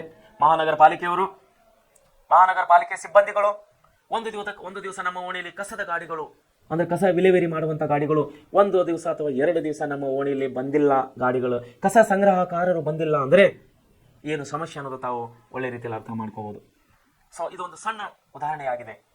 ಇಂತಹ ಒಂದು ದೊಡ್ಡ ದೊಡ್ಡ ಉದಾಹರಣೆಗಳನ್ನು ನಾವು ಕೊಡ್ಬೋದು ಅದಕ್ಕೆ. ಆದರೆ ಇಲ್ಲಿ ಒಟ್ಟಾರೆ ಏನು ಹೇಳ್ತಾ ಇದ್ದಾರೆ, ಪಾಲ್ ಅವರು ಏನು ಹೇಳ್ತಾ ಇದ್ದಾರೆ, ಪಲ್ಬಿ ಅವರು ಆಡಳಿತವಿಲ್ಲದ ಸರ್ಕಾರ ಕೇವಲ ಒಂದು ಒಣ ಹರಟೆಯ ಒಂದು ಕೂಟಾಗಿದೆ, ಬದಲಾಗಿ ಯಾವುದೇ ಅಭಿವೃದ್ಧಿಯನ್ನು ಕಾಣಲಿಕ್ಕೆ ಆಗೋದಿಲ್ಲ ಅಂತ ಹೇಳಿ ಪಾಲ್ ಅವರು ಹೇಳ್ತಾ ಇದ್ದಾರೆ. ಮುಂದೇನು ಹೇಳ್ತಾ ಇದ್ದಾರೆ, ಸಾರ್ವಜನಿಕ ಹಿತಾಸಕ್ತಿಯನ್ನು ಕಾಪಾಡಲು ಸೇವೆ ಸಲ್ಲಿಸುತ್ತಿದೆ. ನೋಡಿ, ಸಾರ್ವಜನಿಕ ಆಡಳಿತ ವ್ಯವಸ್ಥೆಯು ವ್ಯಕ್ತಿಯ ಜೀವನದಿಂದ ಹಿಡಿದು ಒಬ್ಬ ಮನುಷ್ಯನ ಜೀವನದಿಂದ ಹಿಡಿದು ಅವನ ಮರಣದವರೆಗೂ ಅಗತ್ಯವಾದ ಸೇವೆಗಳನ್ನು ಒದಗಿಸುತ್ತದೆ. ಶಾಂತಿ ಹಾಗೂ ಸುವ್ಯವಸ್ಥೆಯನ್ನು ಕಾಪಾಡುವುದು. ಶಾಂತಿ ಹಾಗೂ ಸುವ್ಯವಸ್ಥೆ ಅಂದ್ರೆ ಯಾರು? ಪೊಲೀಸ್. ಯಾರು ಕಾಡಿಸ್ತಾರೆ ಶಾಂತಿ ಹಾಗೂ ಸುವ್ಯವಸ್ಥೆ? ಯಾರು ಕಾಡಿಸ್ತಾರೆ? ಪೊಲೀಸ್ ಅನ್ನೋರು ಇವರ ಜವಾಬ್ದಾರಿಯಾಗಿದೆ. ನೋಡ್ರಿ, ಜನನ ಅಂದ್ರೆ ಯಾರು? ಇಲ್ಲಿ ಹಾಸ್ಪಿಟಲ್. ಜನನ ಅಂದ್ರೆ ಇದ್ರ ಲೆಕ್ಕವನ್ನು ಯಾರು ಇಡ್ತಾರೆ? ಡೆಲಿವರಿ ಎಲ್ಲಾಗುತ್ತದೆ, ಮಕ್ಕಳು ಎಲ್ಲಿ ಹುಡ್ತಾರೆ? ಹಾಸ್ಪಿಟಲ್ ನಡಿ. ಹಾಸ್ಪಿಟಲ್ ಹೋದಾಗ ಜನನ ಪ್ರಮಾಣ ಪತ್ರವನ್ನು ಅಲ್ಲಿ ಕೊಡೋರಾಗಿದ್ದಾರೆ. ಆಮೇಲೆ ಕಾನೂನು ಮತ್ತು ಸುವ್ಯವಸ್ಥೆಯನ್ನು ಯಾರು ಕಾಪಾಡುವವರಾಗಿದ್ದಾರೆ? ಪೊಲೀಸರು ಕಾನೂನು ಮತ್ತು ಸುವ್ಯವಸ್ಥೆಯನ್ನು ಕಾಪಾಡುವವರಾಗಿದ್ದಾರೆ. ಮರಣ ನೋಡ್ರಿ, ಮರಣವನ್ನು ಯಾರು ಕೊಡ್ಬೇಕ್ರಿ? ಇಲ್ಲಿ DATH ಡೆತ್ ಸರ್ಟಿಫಿಕೇಟ್ ಯಾರು ಕೊಡಬೇಕ್ರಿ? ಕಾರ್ಪೊರೇಷನ್, ಮುನ್ಸಿಪಾಲಿಟಿ ಅವರು ಕೊಡಬೇಕಾಗಿದೆ, CMC ಅವರು ಕೊಡ್ತಾರೆ. ಸೊ ಈ ರೀತಿ ಏನಾಗಿದೆ ಅಂದರೆ ಜನರದ ಹಿಡ್ಕೊಂಡು ಮರಣದವರೆಗೆ ಪ್ರತಿ ಒಂದು ಮನುಷ್ಯನ ಜೀವನ ನಡಿಬೇಕಾದ್ರೆ ನಮಗೆ ಈ ತುಂಬ ಸಾರ್ವಜನಿಕ ಆಡಳಿತ ತುಂಬ ಮುಖ್ಯವಾಗಿದೆ. ನೋಡಿ, ಹಿಡಿದು ಅವನ ಮರಣದವರೆಗೂ ಅಗತ್ಯವಾದ ಸೇವೆಗಳನ್ನು ಒದಗಿಸುತ್ತದೆ. ಮರಣದವರೆಗಿಲ್ಲ, ಮರಣದ ನಂತರ ಕೂಡ ಕಾರ್ಯಾಂಗವನ್ನು ಇವತ್ತು ಕೆಲಸ ಮಾಡ್ತಾ ಇದೆ. ನಾವು ನೋಡ್ತಾ ಇದ್ದೇವೆ, ನಮ್ಮ ಜೀವನದಲ್ಲಿ ನೋಡ್ತಾ ಇದ್ದೇವೆ, ನಮ್ಮ ಓಣಿಯಲ್ಲಿ, ನಮ್ಮ ರಾಜ್ಯದಲ್ಲಿ, ನಮ್ಮ ಊರಲ್ಲಿ ನೋಡ್ತಾ ಇದ್ದೇವೆ. ಎಷ್ಟೋ ಜನ ತಂದೆ ತಾಯಿಗಳು, ಅಪಾಯಸರು, ಏನಂತಾರೆ ಅನಾಥರು ತೀರಿಕೊಂಡ ಮೇಲೆ ಅವರಿಗೆ ಮಣ್ಣು ಮಾಡಲಿಕ್ಕೆ ಯಾರಿಲ್ಲ. ಅಂಥವರಿಗೆ ಕಾರ್ಪೊರೇಷನ್ದವರು ಬಂದು ಆ ಬಾಡಿಯನ್ನು ತಗೊಂಡು ಹೋಗಿ ಹೂಳ್ತಾ ಇದ್ದಾರೆ, ಮಣ್ಣು ಮಾಡ್ತಾ ಇದ್ದಾರೆ ಸತ್ತ ವ್ಯಕ್ತಿಗೆ. ಸೊ ಇಲ್ಲಿ ಕೂಡ ಕಾರ್ಯಾಂಗದ ಅಂದರೆ ಸಾರ್ವಜನಿಕ ಆಡಳಿತಕ್ಕೆ ಸಂಬಂಧಪಟ್ಟ ಕಾರ್ಯಾಂಗದ ಅಧಿಕಾರಿಗಳು, ಕಾರ್ಯಾಂಗದ ಸಿಬ್ಬಂದಿಗಳು ಇಲ್ಲಿ ಬಂದು ಕೆಲಸ ಮಾಡ್ತಾ ಇದ್ದಾರೆ ಕಾರ್ಪೊರೇಷನಲ್ಲಿ. ಸತ್ತ ವ್ಯಕ್ತಿಗಳ ಹೆಣವನ್ನು ಸುಡಲಿಕ್ಕೆ ಕೂಡ ಇವತ್ತು ಕಾರ್ಪೊರೇಷನ್ ಡಿಪಾರ್ಟ್ಮೆಂಟ್ ಅಂದರೆ ಪುರಸಭೆ ಇಲಾಖೆಯನ್ನು ಇವತ್ತು ಕೆಲಸ ಮಾಡ್ತಾ ಇದೆ. ಸಣ್ಣ ಪಟ್ಟಣದಲ್ಲಿ ಪುರಸಭೆ, ದೊಡ್ಡ ಪಟ್ಟಣದಲ್ಲಿ ನಾವು ಕಾರ್ಪೊರೇಷನ್ ಅಂತ ಹೇಳಿ ಮಹಾನಗರ ಪಾಲಿಕೆ ಅಂತೇಳಿ ನಾವು ಕರಿತಾ ಇದ್ದೇವೆ. ಸೊ ಇವೆಲ್ಲವೂ ಏನಪ್ಪ ಅಂದ್ರೆ ಸಾರ್ವಜನಿಕ ಆಡಳಿತದ ಒಂದು ಭಾಗವಾಗಿವೆ. ಸಾರ್ವಜನಿಕ ಆಡಳಿತದ ಆಧಾರ ಸ್ತಂಭಗಳಾಗಿದೆ ನೌಕರರು ಅಥವಾ ಅಧಿಕಾರಿಗಳು. ಮುಂದೇನು ಹೇಳ್ತಾ ಇದ್ದಾರೆ ನೋಡ್ರಿ, ಜನನ ಹಿಡಿದು ಮರಣದವರೆಗೂ ಅಗತ್ಯವಾದ ಸೇವೆಗಳನ್ನು ಅಗತ್ಯ ನೋಡಿ, ಹುಟ್ಟಿದಂಥ ಕೂಸಿಗೆ ಜನನ ಪ್ರಮಾಣ ಕೊಡಬೇಕು, ಸತ್ತಂಥ ವ್ಯಕ್ತಿಗೆ ಮರಣ ಪ್ರಮಾಣವನ್ನು ಕೊಡಬೇಕು. ಇದೆಲ್ಲ ಅಗತ್ಯವಾದಂಥ ಕೆಲಸ. ಯಾಕಂದ್ರೆ ಎಲ್ಲಿ ಹೋದ್ರು ಕೂಡ ಇವತ್ತು ಮಕ್ಕಳನ್ನ ಶಾಲೆಯಲ್ಲಿ ನಾವು ದಾಖಲೆ ಮಾಡಬೇಕಂದ್ರೆ ಅವರು ಜನನ ಪ್ರಮಾಣ ಪತ್ರ ಕೇಳ್ತಾ ಇದ್ದಾರೆ. ಸತ್ತಂಥ ವ್ಯಕ್ತಿದ ಡೆತ್ ಸರ್ಟಿಫಿಕೇಟ್, ನಾವು ಮರಣ ಪ್ರಮಾಣ ಪತ್ರ ಬೇಕಂದ್ರೆ ಎಲ್ಲಿ ಸತ್ತಾರೆ, ಯಾವಾಗ ಸತ್ತಾರೆ, ಕಾರ್ಪೊರೇಷನ್ ಹೋಗಿ ಅವ್ರ ಪ್ರಮಾಣ ಪತ್ರ ತಗೊಂಡು ಬರಿ ಅಂತ ಇವತ್ತು ಹೇಳ್ತಾ ಇದ್ದಾರೆ. ಅದಕ್ಕೆ ಆಧಾರ್ ಕಾರ್ಡ್ ಆಯಿತು. ಪ್ರತಿಯೊಂದು ಕೆಲಸಕ್ಕೆ ಜನನ ಪ್ರಮಾಣ ಪತ್ರ ಮತ್ತು ಮರಣ ಪ್ರಮಾಣ ಪತ್ರ. ಆಸ್ತಿಯ ಒಂದು ಹಂಚಿಕೆಗಾಗಿ, ಒಬ್ಬರ ಆಸ್ತಿ ತೀರಿಕೊಂಡಂತಹ ವ್ಯಕ್ತಿಯ ಆಸ್ತಿಯನ್ನು ಬದುಕುಳಿದಂತಹ ಅವರ ಸಂಬಂಧಿಕರ ವಂಶದವರಿಗೆ ಆ ಆಸ್ತಿಯನ್ನು ಕೊಡಬೇಕಂದ್ರೆ ಸತ್ತವನ ಮರಣ ಪ್ರಮಾಣ ಪತ್ರ ಬೇಕು. ಸೊ ಇಲ್ಲಿ ಸಾರ್ವಜನಿಕ ಆಡಳಿತ ಭಾಗವಾದಂತಹ ಅಧಿಕಾರಿಗಳು, ಇಲ್ಲಿ ಮಹಾನಗರ ಪಾಲಿಕೆ, CMC, TMC ಮತ್ತು ಪಟ್ಟಣ ಪಂಚಾಯತಿ, ಗ್ರಾಮ ಪಂಚಾಯತಿ ಎಲ್ಲ ಏನು ಅಧಿಕಾರಿಗಳು ಕೆಲಸ ಮಾಡ್ತಾ ಇದ್ದಾರೆ. ಇವರೆಲ್ಲರೂ ಸಾರ್ವಜನಿಕ ಆಡಳಿತದ ಒಂದು ಭಾಗವಾಗಿದ್ದಾರೆ. ನೋಡಿ, ಅದೇ ಹೇಳ್ತಾ ಇದ್ದಾರೆ, ಶಾಂತಿ ಮತ್ತು ಸುವ್ಯವಸ್ಥೆ ಕಾಪಾಡುವುದು. ಯಾರು ಕಾಪಾಡ್ತಾರೆ ಶಾಂತಿ ಮತ್ತು ಸುವ್ಯವಸ್ಥೆ? ಪೊಲೀಸರು. ಆಮೇಲೆ ಜನರ ಪ್ರಾಣ ಮತ್ತು ಆಸ್ತಿಯ ರಕ್ಷಣೆ. ನೋಡಿ, ಜನರ ಪ್ರಾಣ ಹೇಳ್ದಲ್ಲ ನಾನು ಇಷ್ಟೊತ್ತನ, ಜನರ ಪ್ರಾಣ ಯಾರು ಕಾಪಾಡ್ತಾ ಇದ್ದಾರೆ? ಆರೋಗ್ಯ ಇಲಾಖೆದವರು, ಹಾಸ್ಪಿಟಲ್ದವರು ಕಾಪಾಡ್ತಾ ಇದ್ದಾರೆ. ಆಸ್ತಿಯ ರಕ್ಷಣೆ, ಜನರ ಆಸ್ತಿಯನ್ನು ಯಾರು ರಕ್ಷಣೆ ಮಾಡ್ತಾ ಇದ್ದಾರೆ? ಕಾರ್ಪೊರೇಷನ್ದವರು. ಆಮೇಲೆ ನ್ಯಾಯ ಒದಗಿಸುವುದು ಯಾರು? ಜುಡಿಷಿಯಲ್. ಮತ್ತು ಶಿಕ್ಷಣ ನೀಡುವುದು ಶಿಕ್ಷಣ ಇಲಾಖೆ. ಆಮೇಲೆ ಉದ್ಯೋಗ ಅವಕಾಶವನ್ನು ಕೊಡುವುದು ಎಂಪ್ಲಾಯ್ಮೆಂಟ್ ಡಿಪಾರ್ಟ್ಮೆಂಟ್, ಉದ್ಯೋಗ ಖಾತ್ರಿ, ಇಲಾಖೆ, ಔದ್ಯೋಗಿಕ ಇಲಾಖೆ ಉದ್ಯೋಗವನ್ನು ಕೊಡ್ತಾ ಇದೆ. ಅವಶ್ಯಕ ವಸ್ತುಗಳು ಪೂರೈಸುವುದು ಟ್ರಾನ್ಸ್ಪೋರ್ಟ್, ದೇಶದ ರಕ್ಷಣೆ ಆರ್ಮಿ ಮಿಲಿಟರಿ, ಆರ್ಥಿಕ ಸಮಾನತೆ ಫೈನಾನ್ಸ್ ಡಿಪಾರ್ಟ್ಮೆಂಟ್, ಬ್ಯಾಂಕ್ಗಳು ಉಂಟು ಮಾಡುವುದು ಮುಂತಾದ ಹಲವು ರೀತಿಯ ಸೇವೆಗಳನ್ನು ಇಲ್ಲಿ ಸರ್ಕಾರ ಸಲ್ಲಿಸ್ತಾ ಇದೆ. ಸರ್ಕಾರದ ಪರವಾಗಿ ಇಲ್ಲಿ ಕಾರ್ಯಾಂಗದ ಅಧಿಕಾರಿಗಳು ಅಂದರೆ ಸಾರ್ವಜನಿಕ ಆಡಳಿತದ ಒಂದು ಭಾಗ ಅಂತೇಳಿ ನಾವಿಲ್ಲಿ ಕರೀತಾ ಇದ್ದೇವೆ. ಸೊ ಸಾರ್ವಜನಿಕ ಆಡಳಿತವು ಇಷ್ಟು ಮುಖ್ಯವಾಗಿದೆ ಮನುಷ್ಯನಿಗೆ. ಯಾಕಂದರೆ ಆಡಳಿತ ಇಲ್ಲ, ಅಧಿಕಾರಿಗಳಿಲ್ಲಂದರೆ ಏನಾಗಲ್ಲ, ನಮಗೆ ಶಿಕ್ಷಣ ಸಿಗೋದಿಲ್ಲ, ನಮಗೆ ರಕ್ಷಣೆ ಸಿಗೋದಿಲ್ಲ, ನಮಗೆ ಆರೋಗ್ಯ ಕೂಡ ಸಿಗೋದಿಲ್ಲ. ನಮ್ಮ ಲಾ ಆ್ಯಂಡ್ ರೋಲ್ ಪೊಲೀಸರು ನಮ್ಮನ್ನು ಶಾಂತಿ ರಕ್ಷಣೆ ಕೂಡ ಕಾಪಾಡೋರು ಯಾರೂ ಇರೋದಿಲ್ಲ. ಸೊ ಈ ರೀತಿಯಾಗಿ ಅಗತ್ಯ ಸೇವೆಗಳನ್ನು ನೋಡಿ, ಅಗತ್ಯ ಸೇವೆಗಳನ್ನು ಹಿಡಿದುಕೊಂಡು ನಮ್ಮ ಮರಣದವರೆಗೆ ಎಲ್ಲ ಒಂದು ಅಂಗಗಳಲ್ಲಿ ನಮಗೆ ಸಾರ್ವಜನಿಕ ಆಡಳಿತವು ಅತಿ ಪ್ರಾಮುಖ್ಯದಿಂದ ಕೂಡಿದೆ. ಮುಂದೆ ನೋಡಿ, ಕಾನೂನು ಮತ್ತು ನೀತಿಗಳ ಅನುಷ್ಠಾನ. ನಮ್ಮ MLA MP ಗಳು, ನಮ್ಮ ದೇಶದ ಪ್ರಧಾನಮಂತ್ರಿಗಳು, ರಾಷ್ಟ್ರಪತಿಗಳು ಶಾಸನಗಳನ್ನು ರೂಪಿಸ್ತಾರೆ. ಮುಂದಿನ ವರ್ಷದಿಂದ ಎಕ್ಸಾಂಪಲ್, ಈಗ ಮುಂದೆ ಒಂದು ಹೊಸ ರೂಲ್ಸ್ ಬರ್ತಾ ಇದೆ ಫೈನಾನ್ಸ್ ಡಿಪಾರ್ಟ್ಮೆಂಟ್. ನಾಳೆ 1ನೇ ತಾರೀಕು, ಯಾವುದು ಆಗಸ್ಟ್ 1ನೇ ತಾರೀಕಿನಿಂದ ಫೋನ್ ಪೇ ಯೂಸ್ ಮಾಡೋರು, ಫೋನ್ ಪೇ ಬಳಸುವವರು ಇಷ್ಟೇ ಇತಿಮಿತಿಯಲ್ಲಿ ಬಳಸಬೇಕಂತೇಳಿ ಹೊಸ ಕಾನೂನನ್ನು ತೆಗಿತಾ ಇದ್ದಾರೆ, ಹೊಸ ರೂಲ್ಸ್ ಅನ್ನೋದನ್ನು ಜಾರಿಗೆ ಮಾಡ್ತಾ ಇದ್ದಾರೆ, ಹೊಸ ನಿಯಮವನ್ನು ತೆಗಿತಾ ಇದ್ದಾರೆ. ಅದನ್ನು ಯಾರು ತೆಗೆಯೋರು?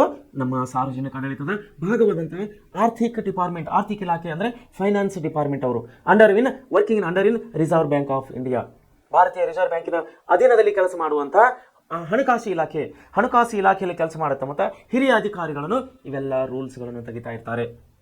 ಈಗ ನಾಳೆ ಆಗಸ್ಟ್ ಇವತ್ತು 29, ಜುಲೈ 29, 30, 31, ಆಮೇಲೆ ಆಗಸ್ಟ್ 1ನೇ ತಾರೀಕಿನಿಂದ ಹಲವು ಬದಲಾವಣೆಗಳು ಫೋನ್ ಪೇನಲ್ಲಿ. ಅಂದರೆ ಇಷ್ಟೇ ಸಾರಿ ನೀವು ಬ್ಯಾಲೆನ್ಸನ್ನು ಚೆಕ್ ಮಾಡ್ಕೋಬೇಕು, ಇಷ್ಟೇ ಸಾರಿ ಫಂಡ್ ಟ್ರಾನ್ಸ್ಫರ್ ಮಾಡಬೇಕು, ಇಷ್ಟೇ ವ್ಯಾಲ್ಯೂ ಹಣವನ್ನು ಮಾಡಬೇಕು. ಒಂದೇಳೆ ಹೆಚ್ಚಿಗೆ ಯೂಸ್ ಮಾಡಿದ್ರೆ, ಹೆಚ್ಚಿಗೆ ನೀವು ಬಳಕೆ ಮಾಡಿದರೆ ಬ್ಯಾಲೆನ್ಸ್ ಚೆಕ್ ಮಾಡೋದಾಯಿತು, ಅಥವಾ ಫಂಡ್ ಟ್ರಾನ್ಸ್ಫರ್ ಮಾಡೋದಾಯಿತು, ಅಥವಾ ದುಡ್ಡು ಇನ್ನೂರಿಗೆ ಕಳಿಸೋದಾಯಿತು, ನೀವು ಏನೇ ಒಂದು ಸೇವೆಯನ್ನು ಮಾಡಿದರೆ ಅದಕ್ಕೆ ಹೆಚ್ಚಿನ ಒಂದು ತೆರಿಗೆಯನ್ನು ಕಟ್ಟಬೇಕಾಗುತ್ತದೆ. ಅದು ಎಷ್ಟು ತೆರಿಗೆ ಅನ್ನೋದು ಅದು ಸರ್ಕಾರದವರು ಅಧಿಕಾರಿಗಳು ಒಂದು ಫಿಕ್ಸನ್ನು ಮಾಡಿರ್ತಾರೆ, ಅದಕ್ಕೆ ಸೊ ನಿಗದಿ ಮಾಡಿರ್ತಾರೆ. ಮುಂದೆ ಏನು ಹೇಳ್ತಾರೆ ನೋಡಿ, ಮತ್ತು ಕಾನೂನು ಮತ್ತು ನೀತಿಗಳ ಅನುಷ್ಠಾನಕ್ಕಾಗಿ ಸಾರ್ವಜನಿಕ ಆಡಳಿತವು ಕಾನೂನು ಮತ್ತು ನೀತಿಗಳನ್ನು ಜಾರಿಗೊಳಿಸಿ ಸಮಾಜದಲ್ಲಿ ಜನರ ಚಟುವಟಿಕೆಗಳನ್ನು ನಿಯಂತ್ರಿಸಿ. ನೋಡಿ, ಜನರ ಚಟುವಟಿಕೆಗಳಲ್ಲಿ ನಿಯಂತ್ರಣ ಮಾಡಬೇಕು. ನೋಡ್ರಿ, ಸಿಗರೇಟ್ ಹೊಡ್ರಪ್ಪ ಅಂದ್ರೆ ಎಲ್ಲರೂ ಸಿಗರೇಟ್ ಹೊಡೆಯೋದು ಏನಾಗ್ತದ? ಕ್ಯಾನ್ಸರ್ ಬಂದು ಜನರೆಲ್ಲ ಸತ್ತು ಹೋಗ್ತಾರೆ. ಅದಕ್ಕೆ ನಿಯಂತ್ರಣ ಅನ್ನೋದು ಒಂದು ಬೇಕು. ನೋಡ್ರಿ, ಅದೇ ಹೇಳ್ತಾರೆ, ಸಮಾಜದಲ್ಲಿ ಜನರ ಚಟುವಟಿಕೆಗಳು ನಿಯಂತ್ರಿಸಿ, ಕಂಟ್ರೋಲಿಂಗ್ ಅಂತ ಹೇಳಿ ಕರಿತೀವಿ ನಾವು. ನಿಯಂತ್ರಿಸಿ ಕಾನೂನು ವ್ಯವಸ್ಥೆಯನ್ನು ಕಾಪಾಡುವುದು ಯಾರ ಜವಾಬ್ದಾರಿ ಆಗಿದೆ? ಪೊಲೀಸ್ ಇಲಾಖೆಯ ಜವಾಬ್ದಾರಿ ಆಗಿದೆ. ಸಾರ್ವಜನಿಕ ಆಡಳಿತವು ನಿಷ್ಠೆ ಮತ್ತು ದಕ್ಷತೆಯಿಂದ ಕಾರ್ಯನಿರ್ವಹಿಸದಿದ್ದರೆ, ನೋಡಿ, ನಿಷ್ಠೆ ಮತ್ತು ದಕ್ಷತೆಯಿಂದ ಇಮಾನ್ದಾರಿಯಿಂದ ಕೆಲಸ ಮಾಡಿಲ್ಲ ಅಂದರೆ, ಅವರು ನಿಯತ್ತಾಗಿ ಕೆಲಸ ಮಾಡಿಲ್ಲ ಅಂದರೆ ಉತ್ತಮ ನೀತಿಗಳು, ಗುರಿಗಳು ಕೇವಲ ಕಾಗದದ ಮೇಲಿನ ಘೋಷಣೆಗಳಾಗಿ ಉಳಿಯುತ್ತವೆ. ಎಲ್ಲ ಸರ್ಕಾರಗಳು ತೆಗೆದಂಥ ಎಲ್ಲ ಕಾನೂನುಗಳು, ಎಲ್ಲ ನಿಯಮಗಳು ಕೇವಲ ಕಾಗದದಲ್ಲಿ ಬರೆದ ಹಾಗೆ ಉಳಿತವೆ ವಿನ ಇಲ್ಲಿ ಜಾರಿಯಲ್ಲಿ ಬರುವುದಿಲ್ಲ. ಇದು ಸಾರ್ವಜನಿಕ ಆಡಳಿತವು ಎಷ್ಟು ಮುಖ್ಯವಾಗಿದೆ ಅಂತ ಹೇಳಿ ವಿಧವಾಗಿ ನಮಗೆ ಸವಿವರವಾಗಿ ತಿಳಿಸಿ ಹೇಳ್ತಾ ಇದ್ದಾರೆ. ನೋಡಿ, ಸಾಮಾಜಿಕ ಭದ್ರತೆಯನ್ನು ದೃಢಪಡಿಸುತ್ತದೆ ಯಾವುದು? ಸಾರ್ವಜನಿಕ ಆಡಳಿತ. ಸಮಾಜವು ವಿವಿಧ ಭಾಗದ ಸಾಮಾಜಿಕ ಮತ್ತು ಆರ್ಥಿಕ ವರ್ಗಗಳಿಗೆ ಸೇರಿದ ಜನರನ್ನು ಒಳಗೊಂಡಿರುತ್ತದೆ. ಸಮಾಜದಲ್ಲಿರುವ ಬಡವರು ಮತ್ತು ದುರ್ಬಲ ವರ್ಗದವರ ಕ್ಷಮಾಭಿವೃದ್ಧಿಯು ಸಹ ರಾಜ್ಯ ಮತ್ತು ಸರ್ಕಾರಗಳಂತಹ ರಾಜ್ಯಾಡಳಿತ ಸಂಸ್ಥೆಗಳ ಜವಾಬ್ದಾರಿಯಾಗಿದೆ. ರಾಜ್ಯ ಸರ್ಕಾರದ ಜವಾಬ್ದಾರಿಯಾಗಿದೆ. ಬಡವರು, ಮಹಿಳೆಯರು, ಮಕ್ಕಳು, ನೋಡಿ, ಆದಿವಾಸಿಗಳು, ದಿವ್ಯಾಂಗರು, ಕೈಕಾಲಿಲ್ಲದವರು, ಹ್ಯಾಂಡಿಕ್ಯಾಪ್ಸ್ ಏನು ಕರಿತೇವೆ ನಾವು, ಜನರು ಅದರಲ್ಲಿ ಹಿರಿಯ ನಾಯಕರು, ವಯಸ್ಸಾದವರು. ಹಿರಿಯ ನಾಯಕರು ಯಾರಿಗೆ ಕರಿತೇವೆ ನಾವು? 60 years ಅಬೌವ್, 60 ವರ್ಷಕ್ಕಿಂತ ಮೇಲ್ಪಟ್ಟವರು ಹಿರಿಯ ಅಜ್ಜಿಗಳಿಗೆ ನಾವು ಹಿರಿಯ ನಾಯಕರು ಅಂತ ಹೇಳಿ ಕರಿತೇವೆ. ಉದಾಹರಣೆಗಾಗಿ ತಾವು ಬಸ್ಸಿನಲ್ಲಿ ಅಬ್ಸರ್ವ್ ಮಾಡ್ಬೋದು, ಸರ್ಕಾರಿ ಬಸ್ಸಿನಲ್ಲಿ ಸೇವೆ ಸಲ್ಲಿಸುತ್ತಿರುವಾಗ ಅವರಿಗೆ ಹಿರಿಯ ನಾಗರಿಕರಂತೆ ಬೇರೆ ಟಿಕೆಟ್ ಕೊಡ್ತಾರೆ. ನನಗೊಂದು ಮಾಹಿತಿ ಇದ್ರ ಪ್ರಕಾರ 25 to 30% ಟಿಕೆಟ್ನಲ್ಲಿ ಅವರಿಗೆ ರಿಯಾಯಿತಿ ಇದೆ. ಉದಾಹರಣೆಗಾಗಿ ನಾವಿಲ್ಲಿಂದ ಬೆಳಗಾವಿಗೆ ಹೋಗಬೇಕಂದ್ರೆ 100 ರೂಪಾಯಿ ಟಿಕೆಟ್ ನಮಗಿದ್ದರೆ ಹಿರಿಯ ನಾಗರಿಕರಿಗೆ 70 ರೂಪಾಯಿ ಇರದೆ. ಸೊ ಅವರಿಗೆ ರಿಯಾಯಿತಿ ದರವನ್ನು ಕೊಡಲಾಗಿದೆ. ನೋಡಿ, ಹಿರಿಯ ನಾಗರಿಕ ರಕ್ಷಣೆ ಮಾಡಬೇಕಾಗಿದೆ, ಅನಾಥರ ರಕ್ಷಣೆ ಮಾಡಬೇಕಾಗಿದೆ, ನಿರ್ಗತಿಕರನ್ನ ರಕ್ಷಣೆ ಕೊಡಬೇಕಾಗಿದೆ, ಅವರಿಗೆ ಸರ್ಕಾರದ ಸೌಲಭ್ಯಗಳನ್ನು ಸಲ್ಲಿಸಬೇಕಾಗಿದೆ, ಮುಟ್ಟಿಸಬೇಕಾಗಿದೆ. ಆಮೇಲೆ ಅನೇಕ ಜನರಿಗೆ ಸರ್ಕಾರದ ಸಾಮಾಜಿಕ ಮತ್ತು ಆರ್ಥಿಕ ಬೆಂಬಲವನ್ನು ಅಗತ್ಯವಾಗಿರುತ್ತದೆ. ಸೋಷಿಯಲ್ ಜಸ್ಟಿಸ್ ಅಂತ ಕರಿತೇವೆ, ಎಕನಾಮಿಕಲ್ ಜಸ್ಟಿಸ್, ಸೋಷಿಯಲ್ ಜಸ್ಟಿಸ್ ಅಂತ ಕರಿತೀವಿ. ಇವೆಲ್ಲವುಗಳನ್ನು ಸಾರ್ವಜನಿಕರಿಗೆ ಮುಟ್ಟಿಸುವುದು ಸರ್ಕಾರದ ಆದ್ಯ ಕರ್ತವ್ಯವಾಗಿದೆ. ಈ ಆದ್ಯ ಕರ್ತವ್ಯವನ್ನು ಜನರಿಗೆ ಮುಟ್ಟಬೇಕಾದರೆ ಅಲ್ಲಿರುವಂತಹ ಆ ಇಲಾಖೆಯಲ್ಲಿನ ಎಲ್ಲ ನಮ್ಮ ನೌಕರಶಾಹಿಗಳು, ಎಲ್ಲ ನಮ್ಮ ಅಧಿಕಾರಶಾಹಿಗಳು ನಿಯತ್ತಾಗಿ ಅವರು ಒಳ್ಳೆ ರೀತಿಯಲ್ಲಿ ಸೇವಾ ಮನೋಭಾವನೆಯನ್ನು ಅವರು ಹೊಂದಬೇಕಾಗಿದೆ. ಅವರು ಒಂದೆಡೆ ಭ್ರಷ್ಟಾಚಾರದಿಂದ ಕೂಡಿದಾಗ, ಅವರ ಕೆಲಸದಲ್ಲಿ ನಿಷ್ಠೆ ಇಲ್ಲದಾಗ ಸಾರ್ವಜನಿಕ ಆಡಳಿತವು ತನ್ನ ಪ್ರಾಮುಖ್ಯವನ್ನು ಕಳೆದುಕೊಳ್ಳುತ್ತದೆ. ಜನರಿಗೆ ತೊಂದರೆಯಾದಾಗ ಸಾರ್ವಜನಿಕ ಇಲಾಖೆಯಲ್ಲಿನ ಅಧಿಕಾರಿಗಳು ತಮ್ಮ ಹೆಸರಿಗೆ ಕಳಂಕವನ್ನು ತಂದುಕೊಳ್ಳುತ್ತಾರೆ ಅಂತೇಳಿ ನಾವು ಈ ಮೂಲಕ ಅವರನ್ನು ತಿಳಿಸಬಹುದು ನಾವು. ಯಾಕಂದರೆ ಅವರು ನಿಷ್ಠೆ ಒಳ್ಳೆಯ ಮನೋಭಾವನೆಯಿಂದ ಅವರು ಸೇವೆಯನ್ನು ಸಲ್ಲಿಸಿದರೆ ಆ ಇಲಾಖೆಗೆ ಕೂಡ ಒಳ್ಳೆಯ ಹೆಸರು ಬರುತ್ತದೆ. ನೋಡಿ, ಸರ್ಕಾರದ ಸಾಮಾಜಿಕ ಬೆಂಬಲವನ್ನು ಅಗತ್ಯವಾಗಿರುತ್ತದೆ. ಅವರ ಏಳಿಗಾಗಿ, ಪ್ರಜೆಗಳ ಏಳಿಗೆಗಾಗಿ ಸರ್ಕಾರ ಅನುಷ್ಠಾನಗೊಳಿಸುವ ನೀತಿಗಳೇ ಸಾಮಾಜಿಕ ಭದ್ರತಾ ನೀತಿಗಳಾಗಿವೆ. ಉದಾಹರಣೆ, ವಿಧೇಯರು, ಹಿರಿಯ ನಾಯಕರು, ದಿವ್ಯಾಂಗರಿಗೆ ನೀಡುವ ಶಾಸನಗಳು. ನೋಡಿ, ಸಾಮಾಜಿಕ ಇದೆ ಅಂತ ಕರಿತೇವೆ ನಾವು. ಏನಂದ್ರೆ ಸಾಮಾಜಿಕ ಭದ್ರತೆ, ಸೋಷಿಯಲ್ ಸೆಕ್ಯೂರಿಟೀಸ್ ಅಂತ ಕರಿತೇವೆ ನಾವು. ಸಾಮಾಜಿಕ ಭದ್ರತೆ, ವಯಸ್ಸಾದವ್ರು. ನೋಡಿ, ವಯಸ್ಸಾದವರಿಗೆ ಈಗ ಸರ್ಕಾರದಿಂದ 1100 ರೂಪಾಯಿ ಖರ್ಚಿಗೆ ಕೊಡ್ತಾ ಇದ್ದಾರೆ. ಆಮೇಲೆ ವಿಧವೆಯರು ಗಂಡ ತೀರಿಕೊಂಡಂಥ ಹೆಣ್ಣು ಮಕ್ಕಳಿಗೆ ವಿಧಿ ಆದವರನ್ನು ಕೂಡ ಅವರಿಗೆ ಜೀವನೋಪಾಯಕ್ಕಾಗಿ 1000, 1200 ರೂಪಾಯಿ, 1500 ರೂಪಾಯಿ ಅವರಿಗೆ ಕೂಡ ಇವಾಗ ತಿಂಗಳಿಗೆ ಮಾಸಾಶನ ಅಂತ ಹೇಳ್ಕೊಡ್ತಾ ಇದ್ದಾರೆ. ಆಮೇಲೆ ದಿವ್ಯಾಂಗರು, ಕುಂಟೂರು, ಕುರುಡೂರು, ಕಿವುಡರು ಮತ್ತೆ ಇನ್ನಿತರ ಕಾರಣಗಳಿಂದ ದಿವ್ಯಾಂಗವತೆಯನ್ನು ಪಡೆದಂತಹ ನಮ್ಮ ಅಂಗವಿಕಾಲ ಜನರಿಗೂ ಕೂಡ, ಅವರು ಸಣ್ಣವರು ಇರ್ಬೋದು, ದೊಡ್ಡವರು ಇರ್ಬೋದು, ಹಿರಿಯರು ಇರ್ಬೋದು, ಯಾರೇ ಇದ್ದರೂ ಕೂಡ ಅವರಿಗೂ ಕೂಡ ಸೋಷಿಯಲ್ ಜಸ್ಟಿಸ್ನಲ್ಲಿ, ಸೋಷಿಯಲ್ ಸೆಕ್ಯೂರಿಟೀಸ್ನಲ್ಲಿ, ಸಾಮಾಜಿಕ ಭದ್ರತೆ ಯೋಜನೆಯಲ್ಲಿ ಅವರಿಗೂ ಕೂಡ ತಿಂಗಳಿಗೆ ಇಂತಿಷ್ಟು ಅಂತೇಳಿ ಅವರಿಗೂ ಕೂಡ ಸರ್ಕಾರ ಸಹಾಯಧನವನ್ನು ಕೊಡ್ತಾ ಇದೆ. ನೋಡಿ, ನಿರುದ್ಯೋಗ ಸಮಸ್ಯೆ ನಿವಾರಿಸಲು ನೋಡಿ, ನಿರುದ್ಯೋಗ ಇವಾಗ ಏನು ಕೊಡ್ತಾ ಇದೆ, ನಮ್ಮ ರಾಜ್ಯ ಸರ್ಕಾರದ 5 ಗ್ಯಾರಂಟಿಗಳನ್ನು ಕೊಟ್ಟಿದ್ದಾರೆ. ಅದರಲ್ಲಿ ನಿರುದ್ಯೋಗ ಭತ್ಯೆ ಅಂತೇಳಿ ಒಂದು ಕೊಡ್ತಾ ಇದ್ದಾರೆ. ಲಾಸ್ಟ್ 3 years ಕೆಳಗಡೆ ಡಿಗ್ರಿ, ಡಿಪ್ಲೊಮಾ ಕಲ್ತವ್ರಿಗೆ ಬಹುಶಃ 1500 ರೂಪಾಯಿ, ಡಿಗ್ರಿ ಕಲ್ತವರಿಗೆ ಬಹುಶಃ 3000 ಅನ್ಕೋತೀನಿ ನಾನು. ಈಗ ನಮ್ಮ ಸರ್ಕಾರದವರು ಅಂದರೆ ಕಾಂಗ್ರೆಸ್ ಸರ್ಕಾರಿಗೆ ನಮ್ಮ ಪ್ರಸ್ತುತ ಚಾಲ್ತಿಯಲ್ಲಿದ್ದಂತಹ ನಮ್ಮ ರಾಜ್ಯ ಸರ್ಕಾರ 5 ಗ್ಯಾರಂಟಿಗಳನ್ನು ಸೋಷಿಯಲ್ ಸೆಕ್ಯೂರಿಟಿಯಾಗಿ, ಸಾಮಾಜಿಕ ಭದ್ರತೆಗಾಗಿ 5 ಗ್ಯಾರಂಟಿಗಳನ್ನು ಕೊಟ್ಟಿದೆ. ಅದರಲ್ಲಿ ಒಂದು ಗ್ಯಾರಂಟಿ ನಮ್ಮ ನಿರುದ್ಯೋಗ ಸಮಸ್ಯೆಯನ್ನು ನಿವಾರಿಸುವಲ್ಲಿ ಒಂದು ಪ್ರಮುಖ ಪಾತ್ರ ವಹಿಸುವುದಾಗಿದೆ. ಯಾಕಂದರೆ ಇವತ್ತು ಡಿಗ್ರಿ ಕಲ್ತಂಥ ಮಕ್ಕಳು, ಡಿಪ್ಲೊಮಾ ಕಲ್ತಂಥ ಮಕ್ಕಳು, ಯುವಕರು ಮನೆಗೆ ಹೋಗಿ ತಂದೆ ತಾಯಿಗೆ 10 ರೂಪಾಯಿ ಕೇಳಬೇಕು, ಖರ್ಚಿಗೆ ಕೊಡಬೇಕಪ್ಪ, ನನಗೆ ನಾಳೆ ಊರಿಗೆ ಹೋಗ್ತಾ ಇದ್ದೀನಿ, ನನಗೆ 10 ರೂಪಾಯಿ ಖರ್ಚಿಗೆ ಕೊಡು, ನಾಳೆ ನನ್ನ ಫ್ರೆಂಡನ್ನು ಬರ್ತ್ಡೇ ಇದೆ, ಅಪ್ಪಾಜಿ ನನಗೆ 100 ರೂಪಾಯಿ ಕೊಡು ಅಂತ ಕೇಳುವಂಥ ಪರಿಸ್ಥಿತಿ ಇವತ್ತು ಸ್ಟೂಡೆಂಟ್ಗಳಿಗೆ ಇಲ್ಲ. ಯಾಕಂದರೆ ಸರ್ಕಾರ ಅವರಿಗೆ ನಿಗದಿ ಮಾಡಿದೆ, ಡಿಪ್ಲೊಮಾದವರಿಗೆ 1500 ರೂಪಾಯಿ, ಡಿಗ್ರಿದವರಿಗೆ ಬಹುಶಃ 3000 ರೂಪಾಯಿ ತಿಂಗಳಿಗೆ, ಪ್ರತಿ ತಿಂಗಳ 2 ವರ್ಷದವರೆಗೆ ಸರ್ಕಾರ ಸಹಾಯ ಮಾಡ್ತದೆ. ಯಾಕಂದರೆ ವಯಸ್ಸಾದಂಥ ತಂದೆ ತಾಯಿಗಳ ಮೇಲೆ ಇವರು ಅವಲಂಬನೆ ಇರೋದು ಬೇಡ. ಯುವಕರು, ಯುವತಿಯರು ತಂದೆ ತಾಯಿ ಮೇಲೆ ಖರ್ಚಿಗಾಗಿ, ತನ್ನ ದಿನನಿತ್ಯದ ಖರ್ಚಿಗಾಗಿ ದುಡ್ಡನ್ನು ತಾಯಿ ತಂದೆ ಕೇಳೋದು ಬೇಡ. ಇವರ ಪಾಕೆಟ್ ಮನಿ, ಇವರ ಒಂದು ಖರ್ಚು, ಸಣ್ಣ ಪುಟ್ಟ ಖರ್ಚುಗಳನ್ನು ಇವರೇ ನೋಡಿಕೊಳ್ಳಲಿ ಅಂತೇಳಿ ನಿರುದ್ಯೋಗ ಭತ್ಯೆಯನ್ನು ನಮ್ಮ ರಾಜ್ಯ ಸರ್ಕಾರ ಕೊಡ್ತಾ ಇದೆ. ಇವೆಲ್ಲವೇನು ಸಾರ್ವಜನಿಕ ಆಡಳಿತದ ಒಂದು ಭಾಗವಾಗಿದೆ. ನೋಡಿ, ಮುಂದೆ ಯುವ ನಿಧಿ ಆಲ್ರೆಡಿ ನಮ್ಮ ಸರ್ಕಾರ ಕೊಡ್ತಾ ಇದೆ. ಯುವ ನಿಧಿ ಬಡತನ ರೇಖೆಗಿಂತ ಕೆಳಗಿರುವ ಜನತೆಗೆ ಆಹಾರ ಭದ್ರತೆ. ನೋಡಿ, ರೇಷನ್ ತಿಂಗಳಿಗೆ ಒಂದು ವ್ಯಕ್ತಿಗೆ 10 kg ಅಕ್ಕಿಗಳನ್ನು ಕೊಡ್ತಾ ಇದೆ ಇವಾಗ ಸರ್ಕಾರ. ಅದರಲ್ಲಿ ಕೇಂದ್ರ ಮತ್ತು ರಾಜ್ಯ ಸರ್ಕಾರಗಳ ಪಾಲುಗಳು ಕೂಡಿಕೊಂಡು ಪ್ರತಿಯೊಬ್ಬ ವ್ಯಕ್ತಿ, ದೇಶದಲ್ಲಿರುವಂಥ ಪ್ರತಿಯೊಬ್ಬ ವ್ಯಕ್ತಿಗೆ 10 kg ಅಕ್ಕಿ ಕೊಡ್ತಾ ಇದ್ದಾರೆ. ಸೊ ಇದು ಆಹಾರ ಭದ್ರತೆ ಅಂತೇಳಿ ನಾವು ಹೇಳ್ಬೋದು. ಒದಗಿಸಲು ಅನುಷ್ಠಾನಗೊಳಿಸಿರುವ ರಾಷ್ಟ್ರೀಯ ಆಹಾರ ಭದ್ರತಾ ಮಿಷನ್ ಕಳೆದ ಸಾರಿ ನಮ್ಮ ದೇಶದ ಪ್ರಧಾನಮಂತ್ರಿಗಳಾದಂಥವರ ಡಾಕ್ಟರ್ ಮನಮೋಹನ್ ಸಿಂಗ್ ಅವರು ಆಹಾರ ಭದ್ರತೆ ಕಾಯ್ದೆಯನ್ನು ಜಾರಿಗೆ ತಂದಿದ್ದಾರೆ. ಆ ಒಂದು ನಿಟ್ಟಿನಲ್ಲಿ ಏನು ಮಾಡ್ತಾ ಇದ್ದಾರೆ ನಮ್ಮ ಸರ್ಕಾರ, ಪ್ರತಿ ಒಂದು ವ್ಯಕ್ತಿಗೆ, ಅದು ಚಿಕ್ಕ ಮಗು ಇರ್ಬೋದು, ವಯಸ್ಸಾದಂಥ ಅಜ್ಜಿಗಳಿರ್ಬೋದು, ಪ್ರತಿ ತಿಂಗಳ 10 kg ಅಕ್ಕಿ ಕೊಡುವಂತಹ ಆಹಾರ ಭದ್ರತೆಯನ್ನು ಇಲ್ಲಿ ಅವರ ಹಸಿವನ್ನು ನೀಗಿಸಕ್ಕಾಗಿ. ಯಾಕಂದರೆ ಚಿಕ್ಕ ಮಕ್ಕಳು ದುಡಿಯೋಕ್ಕಾಗೋದಿಲ್ಲ, ಮತ್ತು ಹಿರಿಯರು ಕೂಡ, ನಾಗರಿಕರು 60-70 ವರ್ಷ ಆದರೂ ಕೂಡ ಅವರು ನಿಮ್ಮ ಹಾಗೆ ದುಡಿಯೋಕ್ಕಾಗೋದಿಲ್ಲ. ಸೊ ಅವರ ಹೊಟ್ಟೆಪಾಡಿಗಾಗಿ, ಅವರ ಒಂದು ಹಸಿವನ್ನು ನೀಗಿಸುವ ನಿಟ್ಟಿನಲ್ಲಿ ಒಂದು ಸಣ್ಣ ಪ್ರಯತ್ನವಾಗಿ ಆಹಾರ ಭದ್ರತೆ ಕಾಯ್ದೆಯನ್ನು ಕಳೆದ ಸಲ ನಮ್ಮ ದೇಶದ ಪ್ರಧಾನಮಂತ್ರಿಯವರಾದಂತಹ ಡಾಕ್ಟರ್ ಮನಮೋಹನ್ ಸಿಂಗ್ ಅವರು ಈ ಆಹಾರ ಭದ್ರತೆ ಕಾಯ್ದೆಯನ್ನು ಜಾರಿಗೆ ತಂದಿದ್ದಾರೆ. ಜಾರಿಗೆ ತಂದಿದ್ದವರು ಲೋಕಸಭೆಯಲ್ಲಿ ಪಾಸ್ ಆಯಿತು, ಬಿಲ್ ಪಾಸ್ ಆಯಿತು, ರಾಷ್ಟ್ರಪತಿಯವರ ಸಿಗ್ನೇಚರ್ ಆಯಿತು. ಓಕೆ, ಇಲ್ಲಿ ಜಾರಿಗೆ, ಅದನ್ನು ಅನುಷ್ಠಾನ ಅಂತ ಹೇಳ್ತೀವಲ್ಲ ನಾವು, ಕಾರ್ಯರೂಪಕ್ಕೆ ಬರಬೇಕಾದರೆ ನಮ್ಮ ಸಾರ್ವಜನಿಕ ಆಡಳಿತವು, ಇಲ್ಲಿನ ಅಧಿಕಾರಿಗಳು ಒಳ್ಳೆ ರೀತಿಯಲ್ಲಿ ಕೆಲಸ ಮಾಡಬೇಕಾಗುತ್ತದೆ. ನೋಡಿ, ಆ ಭದ್ರತಾ ಸಾಮಾಜಿಕ ನೀತಿಗೆ ಅತ್ಯುತ್ತಮ ಉದಾಹರಣೆಗಳಾಗಿವೆ. ಸಾರ್ವಜನಿಕ ಆಡಳಿತವು ಇಂತಹ ನೀತಿಗಳನ್ನು ಕರಾರುವಕ್ಕಾಗಿ ಅನುಷ್ಠಾನಗೊಳಿಸಿ, ಹೇಳಿದ ನಿಮಗೆ, ಅನುಷ್ಠಾನಗೊಳಿಸುವಲ್ಲಿ ಅಧಿಕಾರಿಗಳ ಪಾತ್ರ ಅತಿ ಮುಖ್ಯವಾಗಿರುತ್ತದೆ. ಸಮಾಜದ ನೊಂದ ಬಂಧುಗಳಿಗೆ ನೋಡಿ, ಸಮಾಜದಲ್ಲಿ ನೊಂದ ಬಂಧುಗಳಿಗೆ ನಾವೀಗ ಎಷ್ಟು ಜನರನ್ನು ನೋಡಿರೋರಾಗಿದ್ದೇವೆ. ಒಬ್ಬೊಬ್ಬರಿಗೆ ಒಂದೊಂದು ಥರ ಕಷ್ಟಗಳಿವೆ. ಕೆಲವೊಬ್ಬರು ಹೇಳ್ಕೊತಾರೆ, ಕೆಲವೊಬ್ಬರು ಹೇಳ್ಕೊಳ್ಳೋದಿಲ್ಲ.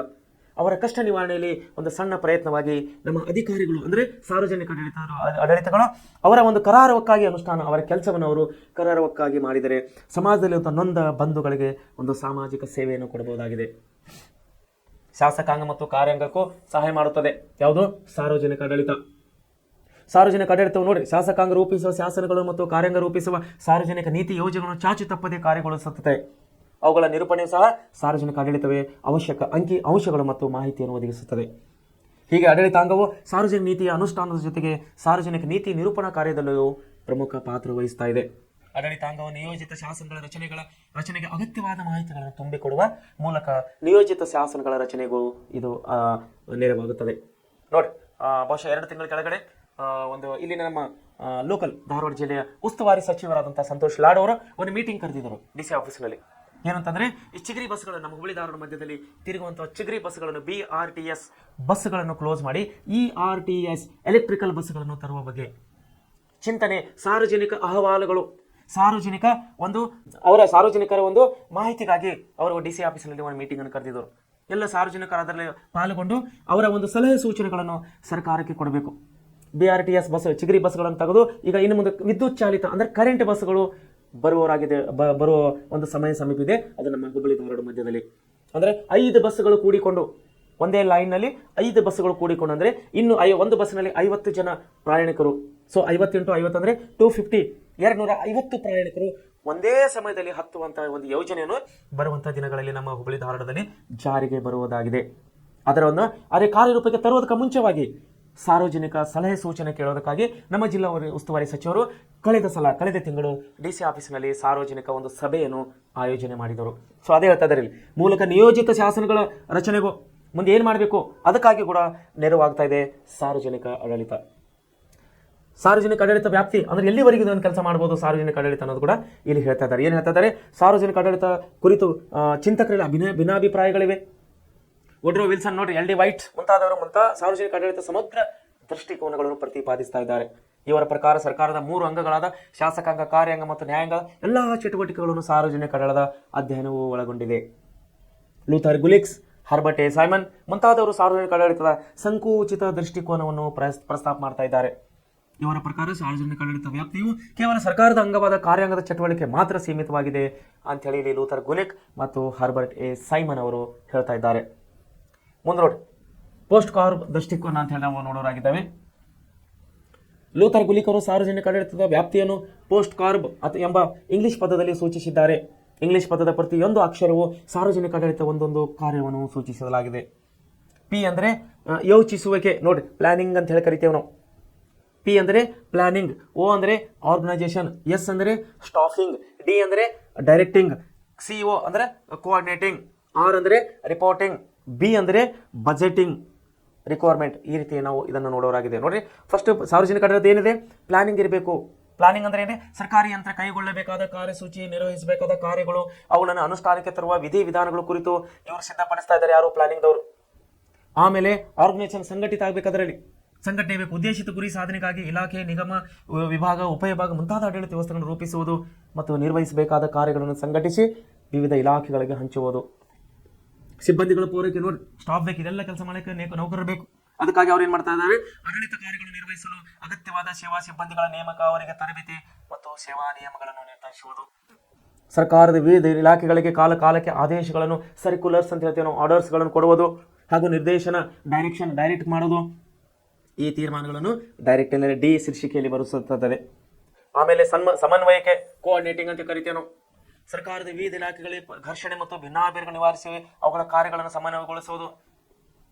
R ಅಂದರೆ ವರದಿ ನೀಡೋಕೆ, ಉನ್ನತ ಅಧಿಕಾರಿಗಳ ಅಧೀನಾಧಿಕಾರಿಗಳು ತಮ್ಮ ಇಲಾಖೆಯ ಕಾರ್ಯ ಚಟುವಟಿಕೆಗಳ ಬಗ್ಗೆ ವರದಿಯನ್ನು ಸಲ್ಲಿಸುವುದು ಮತ್ತು ದಾಖಲೆ, ಸಂಶೋಧನೆ ಮತ್ತು ತನಿಖೆಯ ಮೂಲಕ ಶಾಸಕಾಂಗಕ್ಕೆ ವರದಿಯನ್ನು ಸಲ್ಲಿಸುವುದು. ಬಜೆಟ್, ಅವ್ಯಯ ಸಿದ್ಧಪಡಿಸುವಿಕೆ, ಹಣಕಾಸಿನ ಯೋಜನೆ, ಅವಯವ ಲೆಕ್ಕಾಚಾರ, ಲೆಕ್ಕ ಪರಿಶೋಧನೆ, ಇಂಟರ್ನಲ್ ಆಡಿಟಿಂಗ್ ಅಂತ ಹೇಳ್ತೀವಿ, ಆಡಿಟ್ ಮಾಡೋದು. ಆಡಿಟಿಂಗ್ ಅಲ್ಲಂದ್ರೆ ಲೆಕ್ಕ ಪರಿಶೋಧನೆ ಮುಂತಾದವುಗಳು ನಿರ್ವಹಣೆಯಾಗಿವೆ. ಈ ಎಲ್ಲ ಕಾರ್ಯಗಳೆಲ್ಲವೂ ಸಾರ್ವಜನಿಕ ಆಡಳಿತದ ವ್ಯಾಪ್ತಿಯನ್ನು ತಿಳಿಸುತ್ತವೆ. ಆಮೇಲೆ ನೋಡಿ, ನೇಮಕಾತಿ ಇವೆಲ್ಲ ಮಾಡ್ಕೋಬೇಕಂದ್ರೆ ನಮಗೆ ಸ್ಟಾಫ್ಗಳು ಬೇಕು, ನೌಕರರು ಬೇಕು. ಅವೆಲ್ಲ ನೌಕರನ್ನು ಇವರು ಭರ್ತಿ ಮಾಡ್ಕೊಳ್ಬೇಕಾದರೆ ಯಾವ ರೀತಿ ಭರ್ತಿ ಮಾಡ್ಕೊಳ್ಬೇಕು ಅನ್ನೋದು ಇಲ್ಲಿ ಕೊಟ್ಟಿದ್ದಾರೆ. ಸಾರ್ವಜನಿಕ ಆಡಳಿತ ಯಶಸ್ವಿಗೆ ದಕ್ಷ ಸಿಬ್ಬಂದಿ ಅವಶ್ಯಕತೆ ಇದೆ. ದಕ್ಷ ಸಿಬ್ಬಂದಿಗಳು ತನ್ನ ಕಾರ್ಯವನ್ನು ಕಾಕುಚರಾರುವಕ್ಕಾಗಿ ಪಾಲಿಸುವವರು. ನೋಡಿ, ಈ ಸಿಬ್ಬಂದಿ ಅಂತ ಕ್ರಮಬದ್ಧ ರೀತಿಯಲ್ಲಿ ಆಯ್ಕೆ ಮಾಡಬೇಕಾಗುತ್ತದೆ. ಆದ್ದರಿಂದ ಸೂಕ್ತ ಹುದ್ದೆಗೆ ಸೂಕ್ತ ವ್ಯಕ್ತಿಗಳನ್ನು ಆಯ್ಕೆ ಮಾಡುವ ಪ್ರಕ್ರಿಯೆಯನ್ನು ನೇಮಕವಾಗಿದೆ. ಉತ್ತಮ ಮತ್ತು ದಕ್ಷ ಆಡಳಿತವ ನೇಮಕಾತಿ ಹಾಗೂ ನೇಮಕಾತಿ ವಿಧಾನಗಳನ್ನು ಅವಲಂಬಿಸಿದೆ. ಅರ್ಹ, ದಕ್ಷ, ಪ್ರಾಮಾಣಿಕ ನೋಡಿ ವ್ಯಕ್ತಿಗಳನ್ನು ಆಡಳಿತಕ್ಕೆ ನೇಮಿಸಿಕೊಂಡಾಗ ಅವರು ಕ್ರಿಯಾಶೀಲತೆ, ಬುದ್ಧಿವಂತಿಕೆ ಮತ್ತು ಸರಿಯಾದ ರೀತಿಯಲ್ಲಿ ಸಾರ್ವಜನಿಕ ಆಡಳಿತವನ್ನು ನಿರ್ವಹಿಸಿ ಅಭಿವೃದ್ಧಿಗೆ ಪ್ರಯತ್ನಿಸುತ್ತಾರೆ. ನೇಮಕಾತಿ ಸಿಬ್ಬಂದಿ ಆಡಳಿತದಲ್ಲಿ ಅತ್ಯಂತ ಪ್ರಮುಖ ಸ್ಥಾನವನ್ನು ಹೊಂದಿದೆ. ಗ್ಲೆನ್ಸ್ಟಾನ್ ಅವರು ನೇಮಕಾತಿಯು ಆಡಳಿತ ರಚನೆಯ ಅಡಿಗಲ್ಲಾಗಿದೆ ಅಂತ ಹೇಳ್ತಾ ಇದ್ದಾರೆ. ಸೊ ಇಲ್ಲೇನಾಗ್ತದೆ, ನೇಮಕಾತಿಗಳು ಅದರಲ್ಲಿ 2 ವಿಧಗಳಿವೆ. ಒಂದು ಪ್ರತ್ಯಕ್ಷ ನೇಮಕಾತಿ, ಇಂಗ್ಲಿಷ್ನಲ್ಲಿ ನಾವು ಡೈರೆಕ್ಟ್ ಅಪಾಯಿಂಟ್ಮೆಂಟ್ ಅಂತ ಹೇಳಿ ಕರಿತೇವೆ. ಇನ್ನೊಂದು ಪರೋಕ್ಷ ನೇಮಕಾತಿ, ಅಂದರೆ ಪದೋನ್ನತಿ, ಬಡ್ತಿ ಮೂಲಕ. ಪದೋನ್ನತಿ ಮತ್ತು ಬಡ್ತಿ ಅಂದರೆ ಪ್ರಮೋಷನ್ಸ್ ಮೂಲಕ 2 ರೀತಿಯಾಗಿ ಇವರು ನೇಮಕವನ್ನು ಮಾಡಬಹುದು. ಒಂದು ಡೈರೆಕ್ಟ್ ಆಗಿ ಅಂದರೆ ನೇರವಾಗಿ ಇವರು ಸಂದರ್ಶನ ಕರೆದು ತಗೋಬಹುದು, ಅಥವಾ ಸ್ಪರ್ಧಾತ್ಮಕ ಪರೀಕ್ಷೆಗಳನ್ನಿಟ್ಟು ಸೆಲೆಕ್ಷನ್ ಮಾಡ್ಕೋಬಹುದು ಸ್ಟಾಫ್ಗಳನ್ನು. ಎರಡನೇದಾಗಿ ಇದ್ದಂಥ ಸ್ಟಾಫ್ಗಳನ್ನು ಒಳ್ಳೆ ರೀತಿಯಲ್ಲಿ ಯಾರು ಕೆಲಸ ಮಾಡಿದರೆ ದಕ್ಷ ಮತ್ತು ಪ್ರಾಮಾಣಿಕತೆಯಿಂದ ಅವರನ್ನು ಪ್ರಮೋಷನ್ ಮಾಡುವುದರ ಮೂಲಕವಾಗಿ ಇವರು ಅಧಿಕಾರಿಗಳನ್ನು ನೇಮಕ ಮಾಡಬಹುದಾಗಿದೆ. ಪ್ರತ್ಯಕ್ಷ ನೇಮಕಾತಿಯನ್ನು ನೇರ ನೇಮಕಾತಿ ಎಂದು ಕರೀತಾವೆ. ನೋಡಿ, ಪ್ರತ್ಯಕ್ಷ ನೇಮಕಾತಿ ಡೈರೆಕ್ಟ್ ಸೆಲೆಕ್ಷನ್ ಏನು ಕರಿತೇವಲ್ಲ, ಪೊಲೀಸ್ ಸೆಲೆಕ್ಷನ್ ನೋಡಿ ಇವತ್ತಿನ ಕಾಲಕ್ಕೆ ಡೈರೆಕ್ಟ್ ಸೆಲೆಕ್ಷನ್ ಇರ್ತಾರೆ. ಸೀದಾ ಕೆಲವೊಂದು ಪೋಸ್ಟ್ಗಳೇನಿದೆ ಇಂಟರ್ವ್ಯೂ ಕರೀತಾರೆ, ಮಾರ್ಕ್ಸ್ ನೋಡ್ತಾರೆ. ಆಮೇಲೆ physical test, running, high jump, long jump, shot put ಎಲ್ಲಗಳನ್ನು ನೋಡಿದ ತಕ್ಷಣ ಕೆಲವೊಂದು ಸಮಯದಲ್ಲಿ ನೇರ ನೇಮಕಾತಿ ಅಂತ ಹೇಳಿ ಅಧಿಸೂಚನೆಗಳು ಹೊರಡಿಸ್ತಾರೆ. ನೇರ ನೇಮಕಾತಿಯ ಜನಪ್ರಿಯ ಹಾಗೂ ವೈಜ್ಞಾನಿಕ ವಿಧಾನವಾಗಿದೆ ಇದು. ಅರ್ಹ ಅಭ್ಯರ್ಥಿಗಳನ್ನು ಸ್ಪರ್ಧಾತ್ಮಕ ಪರೀಕ್ಷೆಗಳ ಮೂಲಕ ನೋಡಿ, ಕಾಂಪಿಟೇಟಿವ್ ಎಕ್ಸಾಮ್ಸ್ ಮೂಲಕ ನಿಶ್ಚಿತ ರೀತಿಯಲ್ಲಿ ಆಯ್ಕೆ ಮಾಡುವುದೇ ನೇರ ನೇಮಕಾತಿಯಾಗಿರುತ್ತದೆ. ನೇರ ನೇಮಕಾತಿಯ ಮೂಲಕ ಸೇವೆಗೆ ಸೇರಬೇಕಾದ ಅಭ್ಯರ್ಥಿಗಳು ಸಾಮಾನ್ಯ ಮತ್ತು ಕೆಲವು ವಿಶೇಷ ಅರ್ಹತೆಗಳನ್ನು ಹೊಂದಿರುತ್ತಾರೆ. ಉದಾಹರಣೆಗೆ ನಾಗರಿಕ ಸೇವೆಗಳಿಗೆ ನಡೆಯುವ ನೇಮಕಾತಿಗಳು. ಆಮೇಲೆ ಪರೋಕ್ಷ ನೇಮಕಾತಿಯನ್ನು ನಾವು ಆಂತರಿಕ ನೇಮಕಾತಿ ಅಂತ ಹೇಳಿ ಕರಿತೇವೆ. ಇಂಟರ್ನಲ್ ಸೆಲೆಕ್ಷನ್ ಅಂತ ಹೇಳಿ ಕರಿತೀವಿ ನಾವು. ಈಗಾಗಲೇ ಸರ್ಕಾರಿ ಸೇವೆ ಹುದ್ದೆಯಲ್ಲಿರುವವರು ನೋಡಿ, ಕೆಲಸ ಮಾಡುವವರನ್ನೇ ಒಳ್ಳೆ ರೀತಿ ಕೆಲಸ ಮಾಡಿದವರನ್ನು ಪ್ರಮೋಷನ್ ಮಾಡುವುದೇ ಇದು ಕೂಡ ಒಂದು ನೇಮಕಾತಿಯಾಗಿದೆ. ಅವರ ವಿದ್ಯಾರ್ಥಿ ಸೇವಾ ಹಿರಿತನ ಆಧಾರದ ಮೇಲೆ ಮೇಲ್ದರ್ಜೆ ಹುದ್ದೆಗಳ ನೇಮಕ ಮಾಡುವುದೇ ಪರೋಕ್ಷ ನೇಮಕಾತಿಯಾಗಿದೆ. ಇದೇ ಪದೋನ್ನತಿ ಅಂದರೆ ಪ್ರಮೋಷನ್ಸ್ ಮತ್ತು ಬಡ್ತಿ ವಿಧಾನವೂ ಆಗಿದೆ. ಇಂತಹ ಪದ್ಧತಿಯನ್ನು ಸಾಮಾನ್ಯವಾಗಿ ಎಲ್ಲ ರಾಷ್ಟ್ರಗಳಲ್ಲಿ ಅಳವಡಿಸಿಕೊಡಲಾಗಿದೆ. ಈ ಪದ್ಧತಿಯು ಭಾರತದಲ್ಲಿಯೂ ಕೂಡ ಜಾರಿಯಲ್ಲಿದೆ. ಸೊ ಈ ರೀತಿ ಏನಪ್ಪ ಅಂದ್ರೆ ನಮ್ಮ ಸಾರ್ವಜನಿಕ ಆಡಳಿತವು ಒಂದು ದೇಶದ ಅಧಿಕಾರವನ್ನು ನಡೆಯಬೇಕಾದ್ರೆ ತುಂಬ ಪ್ರಾಮುಖ್ಯತೆಯನ್ನು ಪಡೆದಿದೆ ಅಂತೇಳಿ ನಾವು ಹೇಳಕ್ಕೆ ಇಷ್ಟಪಡ್ತಾ ಇದ್ದೇವೆ. ಯಾಕಂದರೆ ಇಲ್ಲಿ ಶಾಸಕಾಂಗ, ಕಾರ್ಯಾಂಗ ಮತ್ತು ನ್ಯಾಯಾಂಗ 3 ಅಂಗಗಳಿಂದ ನಡೀತಿರುವ ಈ ಪ್ರಜಾಪ್ರಭುತ್ವ ಸರ್ಕಾರವನ್ನು ನಡೆಸಿಕೊಂಡು ಹೋಗಲಿಕ್ಕೆ 4ನೇ ಪ್ರಮುಖ ಅಂಶವಾದಂಥ ಸಾರ್ವಜನಿಕ ಆಡಳಿತವು ಅತಿ ಪ್ರಮುಖವಾಗಿದೆ. ಇಷ್ಟೊತ್ತಿಗೆ ನಾವೆಲ್ಲ ಡೀಟೇಲ್ಸ್ ನೋಡಿದ್ದೇವೆ, ವಿವರವಾಗಿ ನಾವು ಅಧ್ಯಯನ ಮಾಡಿದ್ದೇವೆ. ಸೊ ವಿದ್ಯಾರ್ಥಿಗಳೇ, ಈ ಪ್ರೆಸೆಂಟ್ ಕ್ಲಾಸ್ನಲ್ಲಿ ಕೊಡುವಂಥ ಪ್ರತಿಯೊಂದು ವಿಷಯಗಳು ನಾನು ನಿಮ್ಗೆ ಹೇಳ್ತಾ ಇದ್ದೀನಿ, ಪದೇ ಹೇಳ್ತಾ ಇದ್ದೀನಿ. ಈ ವಿಷಯಗಳು ತುಂಬ ಪ್ರಮುಖವಾಗಿವೆ. ಇವು ಮುಂದಿನ ನಿಮ್ಮ ಅಭ್ಯಾಸ ಮತ್ತು ಮುಂದಿನ ಜೀವನಕ್ಕೆ ತುಂಬ ಅತಿ ಅಮೂಲ್ಯವಾದಂಥ ವಿಷಯವಾಗಿವೆ ಅಂತ ಹೇಳಿ ನಾನು ಹೇಳಕ್ಕೆ ಇಷ್ಟಪಡ್ತಾ ಇದ್ದೀನಿ. ಸೊ ಅದೇ ವಿದ್ಯಾರ್ಥಿಗಳೇ, ಇವತ್ತಿನ ಪಾಠ ಇಲ್ಲೇನು ನಿಲ್ಲಿಸೋಣ. ನಾವು ನಾಳೆ ಲೋಕಸೇವಾ ಆಯೋಗ ಅಥವಾ UPSC union public service commission ಬಗ್ಗೆ ನಾವು ಅಧ್ಯಯನ ಮಾಡುವವರಾಗಿದ್ದೇವೆ. ಸೊ ಇಲ್ಲಿವರೆಗೆ ಒಳ್ಳೆಯ ರೀತಿಯಲ್ಲಿ ಪಾಠ ಕೇಳೋದಕ್ಕಾಗಿ ನಿಮ್ಮೆಲ್ಲರಿಗೂ ತುಂಬ ಧನ್ಯವಾದಗಳು.